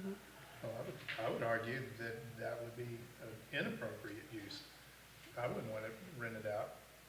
I mean, I got a detached garage, I don't have, it's not finished off, but I wouldn't want to, I mean, I wouldn't want to rent it out. I wouldn't want my neighbors thinking I'm gonna run that as an Airbnb beside them. Well, and that's why they would have to come before this body, and there would be an Right. opportunity for public comment. I just don't think anybody should be allowed to do it personally. I just think it creates a lot of issues.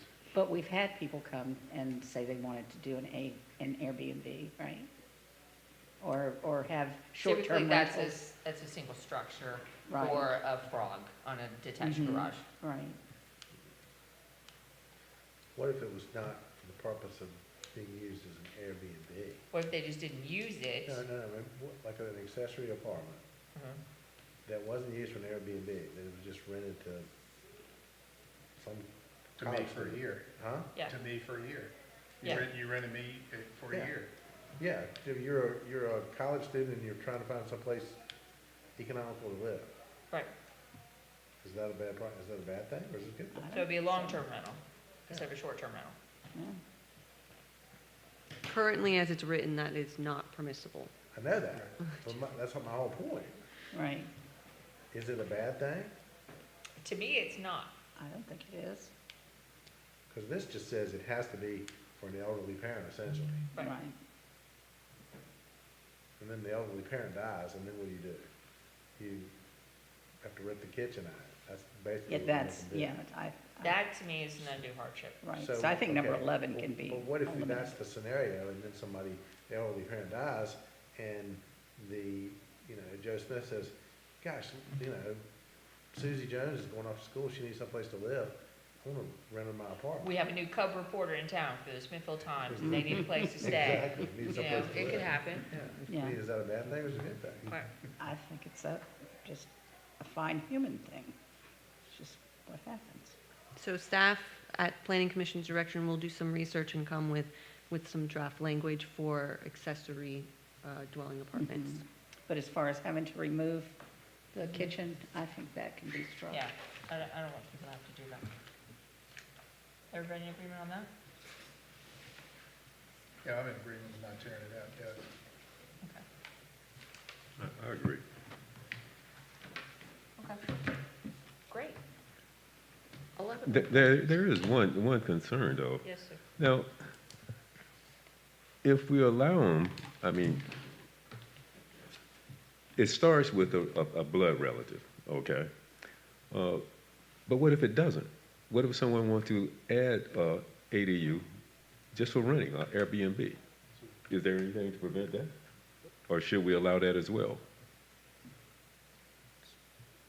That's where staff was going to go, drafting language. This would allow accessory dwelling units with an SUP. We would be removing the requirement of the Bl- certifying the handicap or removing the kitchen and removing the relationship status. This would Yes. allow accessory dwelling But we would apartments. address them on a case-by-case basis. Correct, through a an special- SUP. Special use, okay, all right.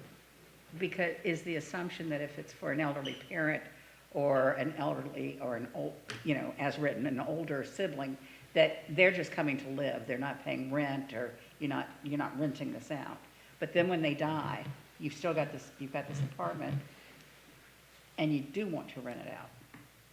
So that's what you're going to come back with, correct? I can, if you want to make them start off with the related, but we were going to bring it back as just allowing Just a unit. Yeah. a unit. Yeah. I just want to I'm good with that. clarify that right now, that detached unit must be over a freestanding garage, which means we are forcing people to build a detached garage in order to have this accessory dwelling unit. If the And that planning, increases their construction costs, and I don't think that's necessary either. What about over an attached garage? I mean, what if somebody had an attached garage that they just wanted to finish off the bonus room Right. upstairs? I mean, wouldn't that be okay? Yeah, it is to me. Mr. Should Herbert, be. is it to you? Well, Is it to you? how are I you can gonna write it that way. how are you gonna access the building? You can have a detached set of stairs on the outside? Could be either way. It depends on the needs of the occupant. According to the way it reads right now, from the back or side, not from the front. I will point out the other issue, especially with the aging parents, is then the need to put in a lift because they cannot access the second floor. So they might benefit from it not having to be over a Right. detached garage. Right, you would have a first floor mother-in-law suite, for lack of a better word.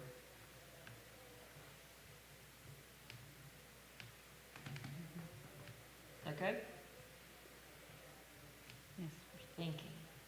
I'm good. Thinking.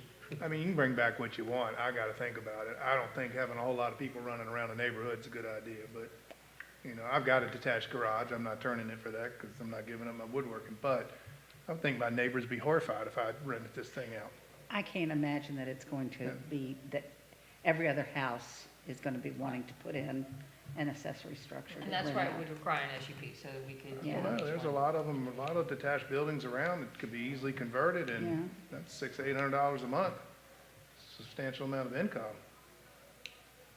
I don't know. I mean, I guess the question is that what you want? Do you want a bunch of people renting that you don't really know that are coming back and forth and living next door to you? I don't know. I mean, y'all come up with the language. I'll think about it. Wouldn't that be the decision of the man who rented? If he's got a, he does or does not want a tenant living, Yeah, it's true. I mean, it's an individual thing, but as if I have to live beside it, well, you don't get to pick your neighbor anyhow. I don't, but I don't get to pick that neighbor for sure. But you get to come and speak at a public hearing about the You SUP do, yeah, and you say do. that you don't want that. Yeah. You do get to pick your neighbor. You can move. You know, you- Okay, I think this so- was put in there for a very specific reason. I think it is to stop some of this stuff from happening, but, But I do think tearing it out is an undue. no, I think it's Yeah. unusual hardship. And once you invest in it, why are you gonna tear it out? Yeah. So you feel like you have some direction to Yes, thank come you. back with that? Thank you.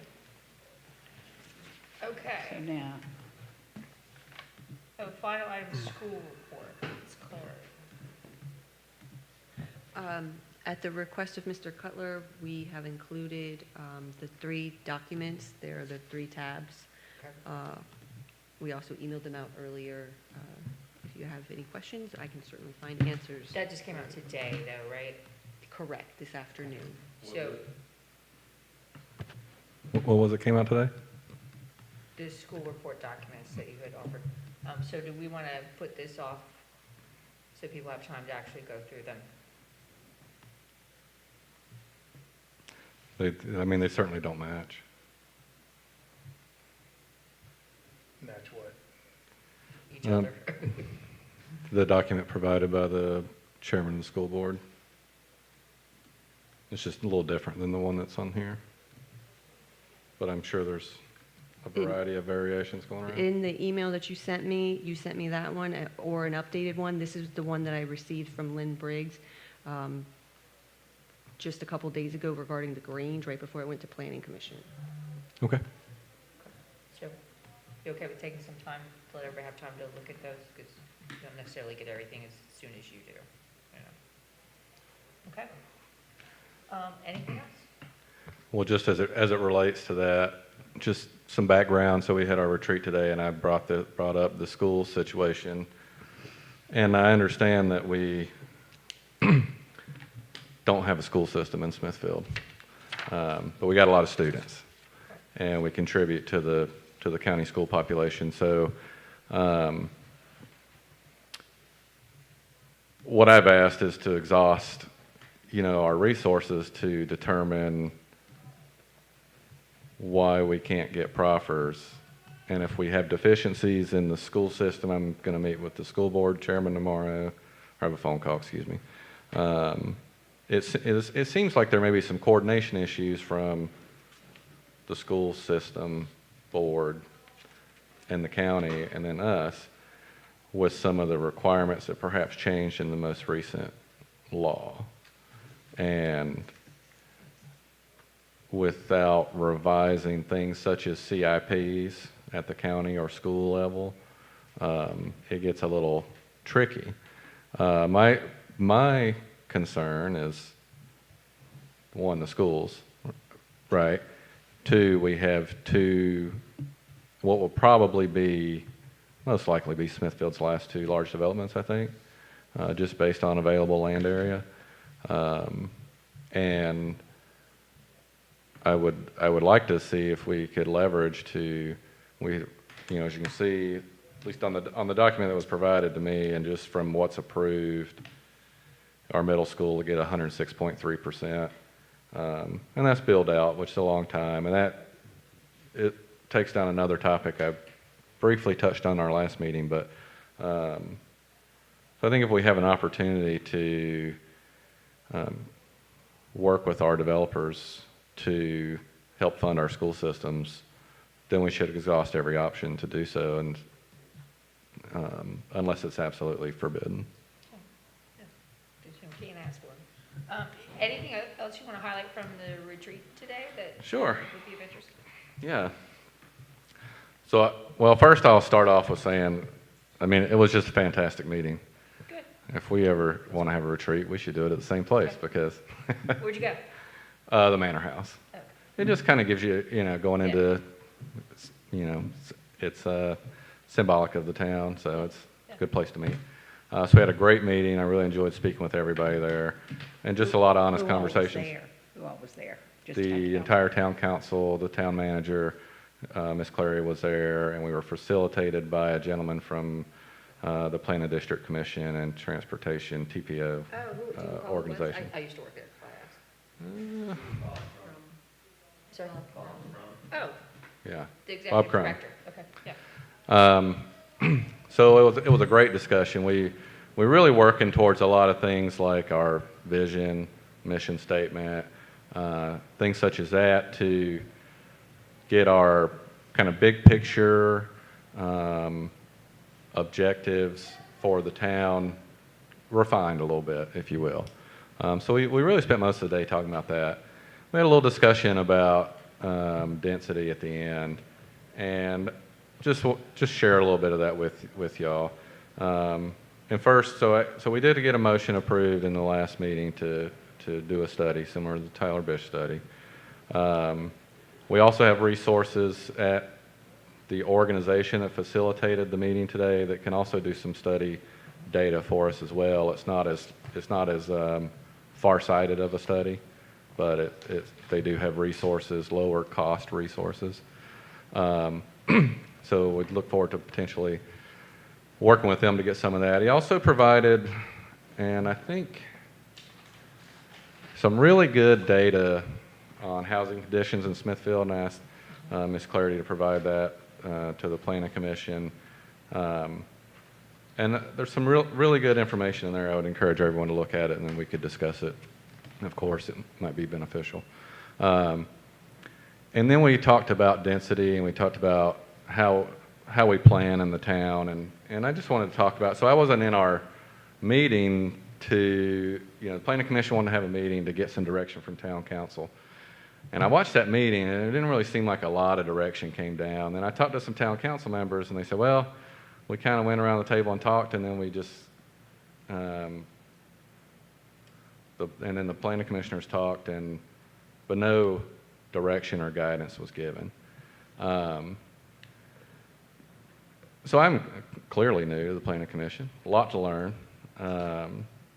But one thing you have when you're the new person is you have a different perspective, right? Because you haven't been immersed in what you're seeing. But I had some observations about just the way we're doing planning in general.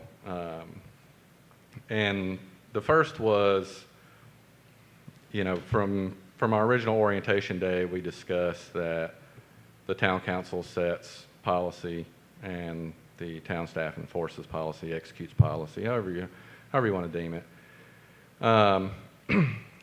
So thinking through that lens, when we get a recommendation about, let's use the cottages, for example, since that's recently approved. So the town council makes, the planning commission makes a zoning decision, recommends it to the town council enacts it as law or zoning regulation or whatever terminology you want to use. And then, so now we have a mostly black and white book of items, but we have recommendations at time coming into the planning commission that I think if we say, well, here's a developer for the cottages at 130 homes like it was, and they don't meet our zoning requirements X, Y, and Z, for which they're applying for special use permits. So we recommend disapproval or a negative recommendation to town council. Just on the merits of the application and what the zoning regulations say. Now, the zoning regulations allow special use permits, so you could very well then make the case, well, special use permits are in the zoning.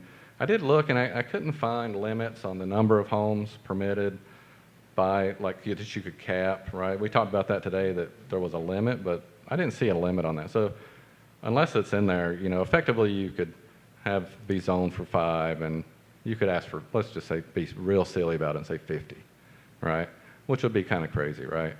But there's no real structure to the SUP.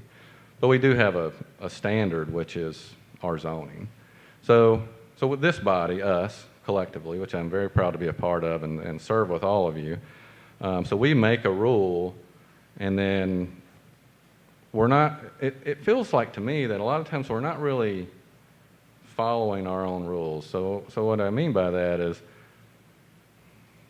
it seems, you know, SUPs have gotten some bad love, right? And I think that for good reason, because really it appears and works like a waiver, right? So it looks like, let's use the cottages, for example, 130 homes, whatever the density was, 8 per acre or 10. Let's say it was 10, they wanted 15.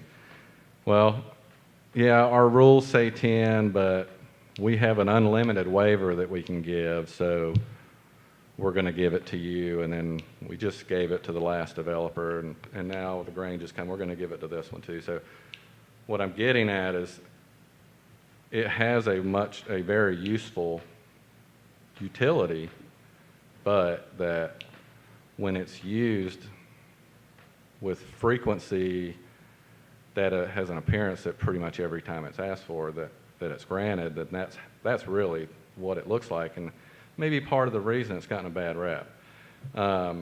Because then part of the negative consequences of that is the town, right, we just had a recent election, the town spoke, there was changes on the council, quite a few, and we're trying to adhere to those changes. And now if we have a planning commission and town council, they're on 2 different paths, right? And the town council is working to adhere to their campaign promises to the voters and manage the growth at a slower pace.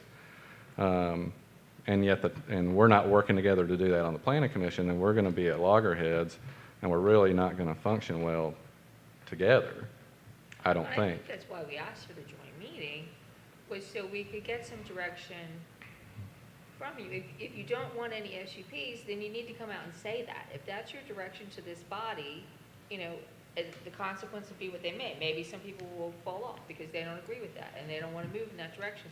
But I think when we issue an SUP, we get something in return. The developer may get greater density, but we get more green space, just as an example. So I don't think we just hand them out like Skittles.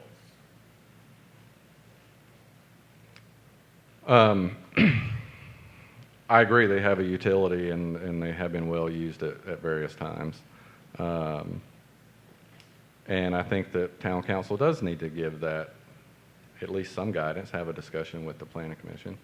And I think when we get our results back from some of the research that we're trying to do and the summary of our work with the consultant today, which really helped us to combine our high-level thoughts and ideas into lower level. I'm sorry to interrupt. I'm sorry, what? Was your session today? No, videotaped? ma'am, it wasn't.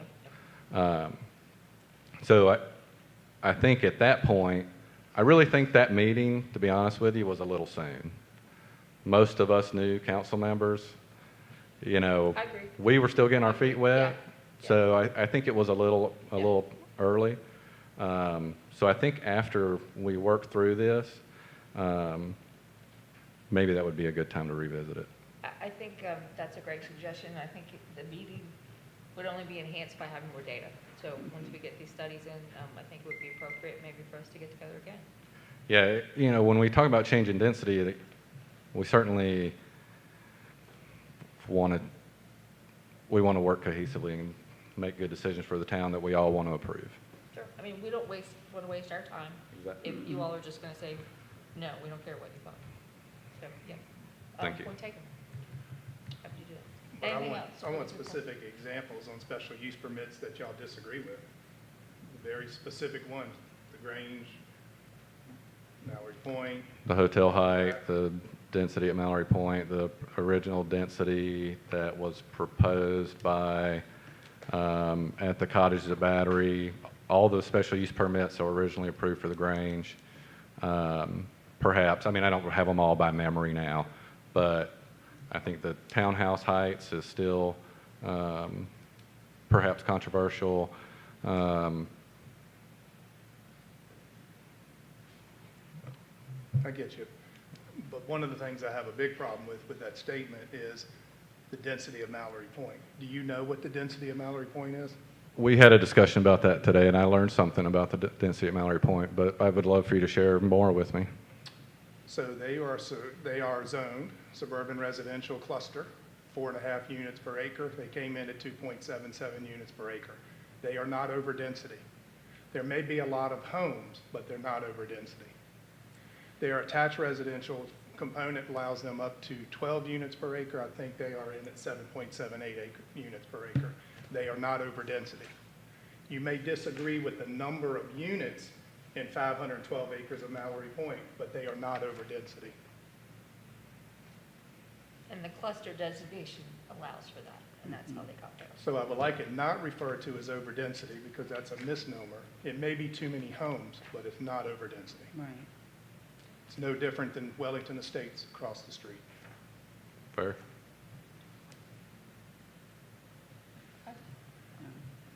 Anything else? If I may Well, add, just, you know, none of that is, it's not personal. It's all No, it's professional. I do take it No, personally. it's Mr. not Bryan has personal. the floor. It's if you not don't mind. personal, but It's not personal, and it already happened. Ms. Smith, Mr. Bryan has the floor. Excuse me. Thank you. no, I just want to add that applications come in here, and I don't recall one coming in here and being approved as it was originally presented.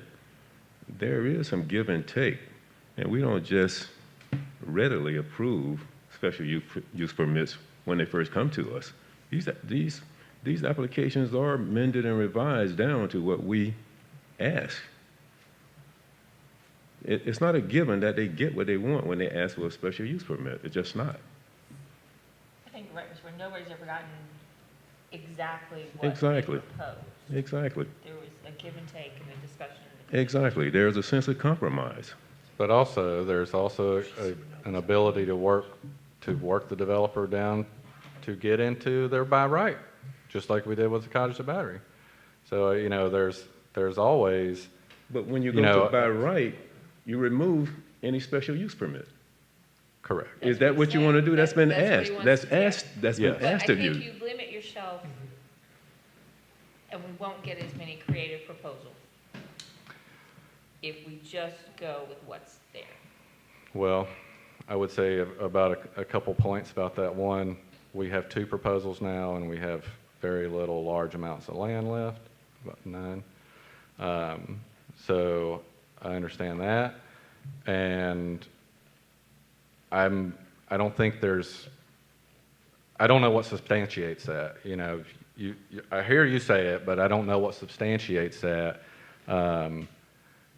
The market, I don't see why they're bringing to us what the market wants, and it may not fit into our, Okay, so I'll use an example I used today okay, my daughter, she's 28 years old, married, she's got a baby on the way, she's 2 months pregnant. Her first house, her and her husband bought when he got out of the Marine Corps, was a 3-bedroom, 2-bath, single-family home on 1.5 acres in Forsyth County. Second home was a 3-bedroom, 3.5-bath, full basement, 2 acres in Forsyth in Winston-Salem. He works in a factory as a repairman. She's a medical assistant. It's not all that the market wants. The developers are bringing us what they want to build. The developers build, what they specialize in. Much the reason why. they can't build what the market doesn't want, it won't sell. I mean, that's just simple economics. I agree with you, but when you take the cottage at Battery, for example, the 150 units, so maybe it was possible, maybe it wasn't, but it was certainly used as leverage. Then he went to 130, and then he was able to come down to within our by right zoning and build it, and I'm supposing he could still make a profit. So I understand what you're saying, but at the same time, we don't have to accept a project if we don't like it. We can be picky, we can say no, right? If it's not, doesn't meet the creativity that we want, or if this, isn't working out, we can invite something back, but, I think we're all disappointed in that site because I think the original application is what we really wanted to see. And that was pulled back. So, I mean, Clarity. When you say original application, you mean? I'm asking. the condos, The 10 plex. Yeah. The cottages. 15 units of 10 plex. Okay. that were I, better quality look to Yes. it, and the adjacent neighborhood was in support of it, and okay. it was a better looking product, in my Okay. opinion. I'll opine this. When that original proposal was made, it was under one market condition. Right. The market condition has changed, and I think it was not to the developer's interest or advantage to use that 150 apartment units as leverage to get what he wants now. I don't believe he could have built it to begin with in present market conditions. I don't think he could do it. well, Not to that level of quality, I agree. And if I may, some of you may remember this, but that original 150 came back later for revisions. He asked for other special use permits that were denied. Yep. After the COVID. He brought up some issue about new requirements for those that he couldn't afford. And he was coming back for special use, revisions to special use permits and such. And it was denied. But today, given today, and the economics of building 150 apartments, I don't believe it's there. So I think it was just a matter of poker. The applicant used that 150 as a bluff. I would just say it straight out. It was a bluff. I really don't think he can do it regardless, considering today's I know that, I economics. agree with that, and that's not really the point, because the project has changed so much at this point. But I think some of the council members didn't see it. And they voted accordingly because the developer was implying that he would if he didn't get what he want now. It's just my opinion. My opinion, just a thought. Okay, I understand that. Well, the council actually didn't vote for, when they came back with the new proposed project, well, that's where we worked to get it down into the by right level on the cottages. But we had another proposal in between that, even that you all weren't even a part of. So Yeah. It's been, a process, but, Right. anyway, I think we're all in agreement that we would like to see what this data brings, what these studies bring, what the PDC, TPO bring to us, and then, maybe move forward from there. Ms. Smith, did you have something? I'm sorry. No, I don't. Okay, anything else to add? Thank I you. think that we are perhaps adjourned, if everybody's good with that. We're in a good place, staff get what they needed this evening. Thank you, I think this is very productive, I thank everyone for your time and attention. We'll see you next time.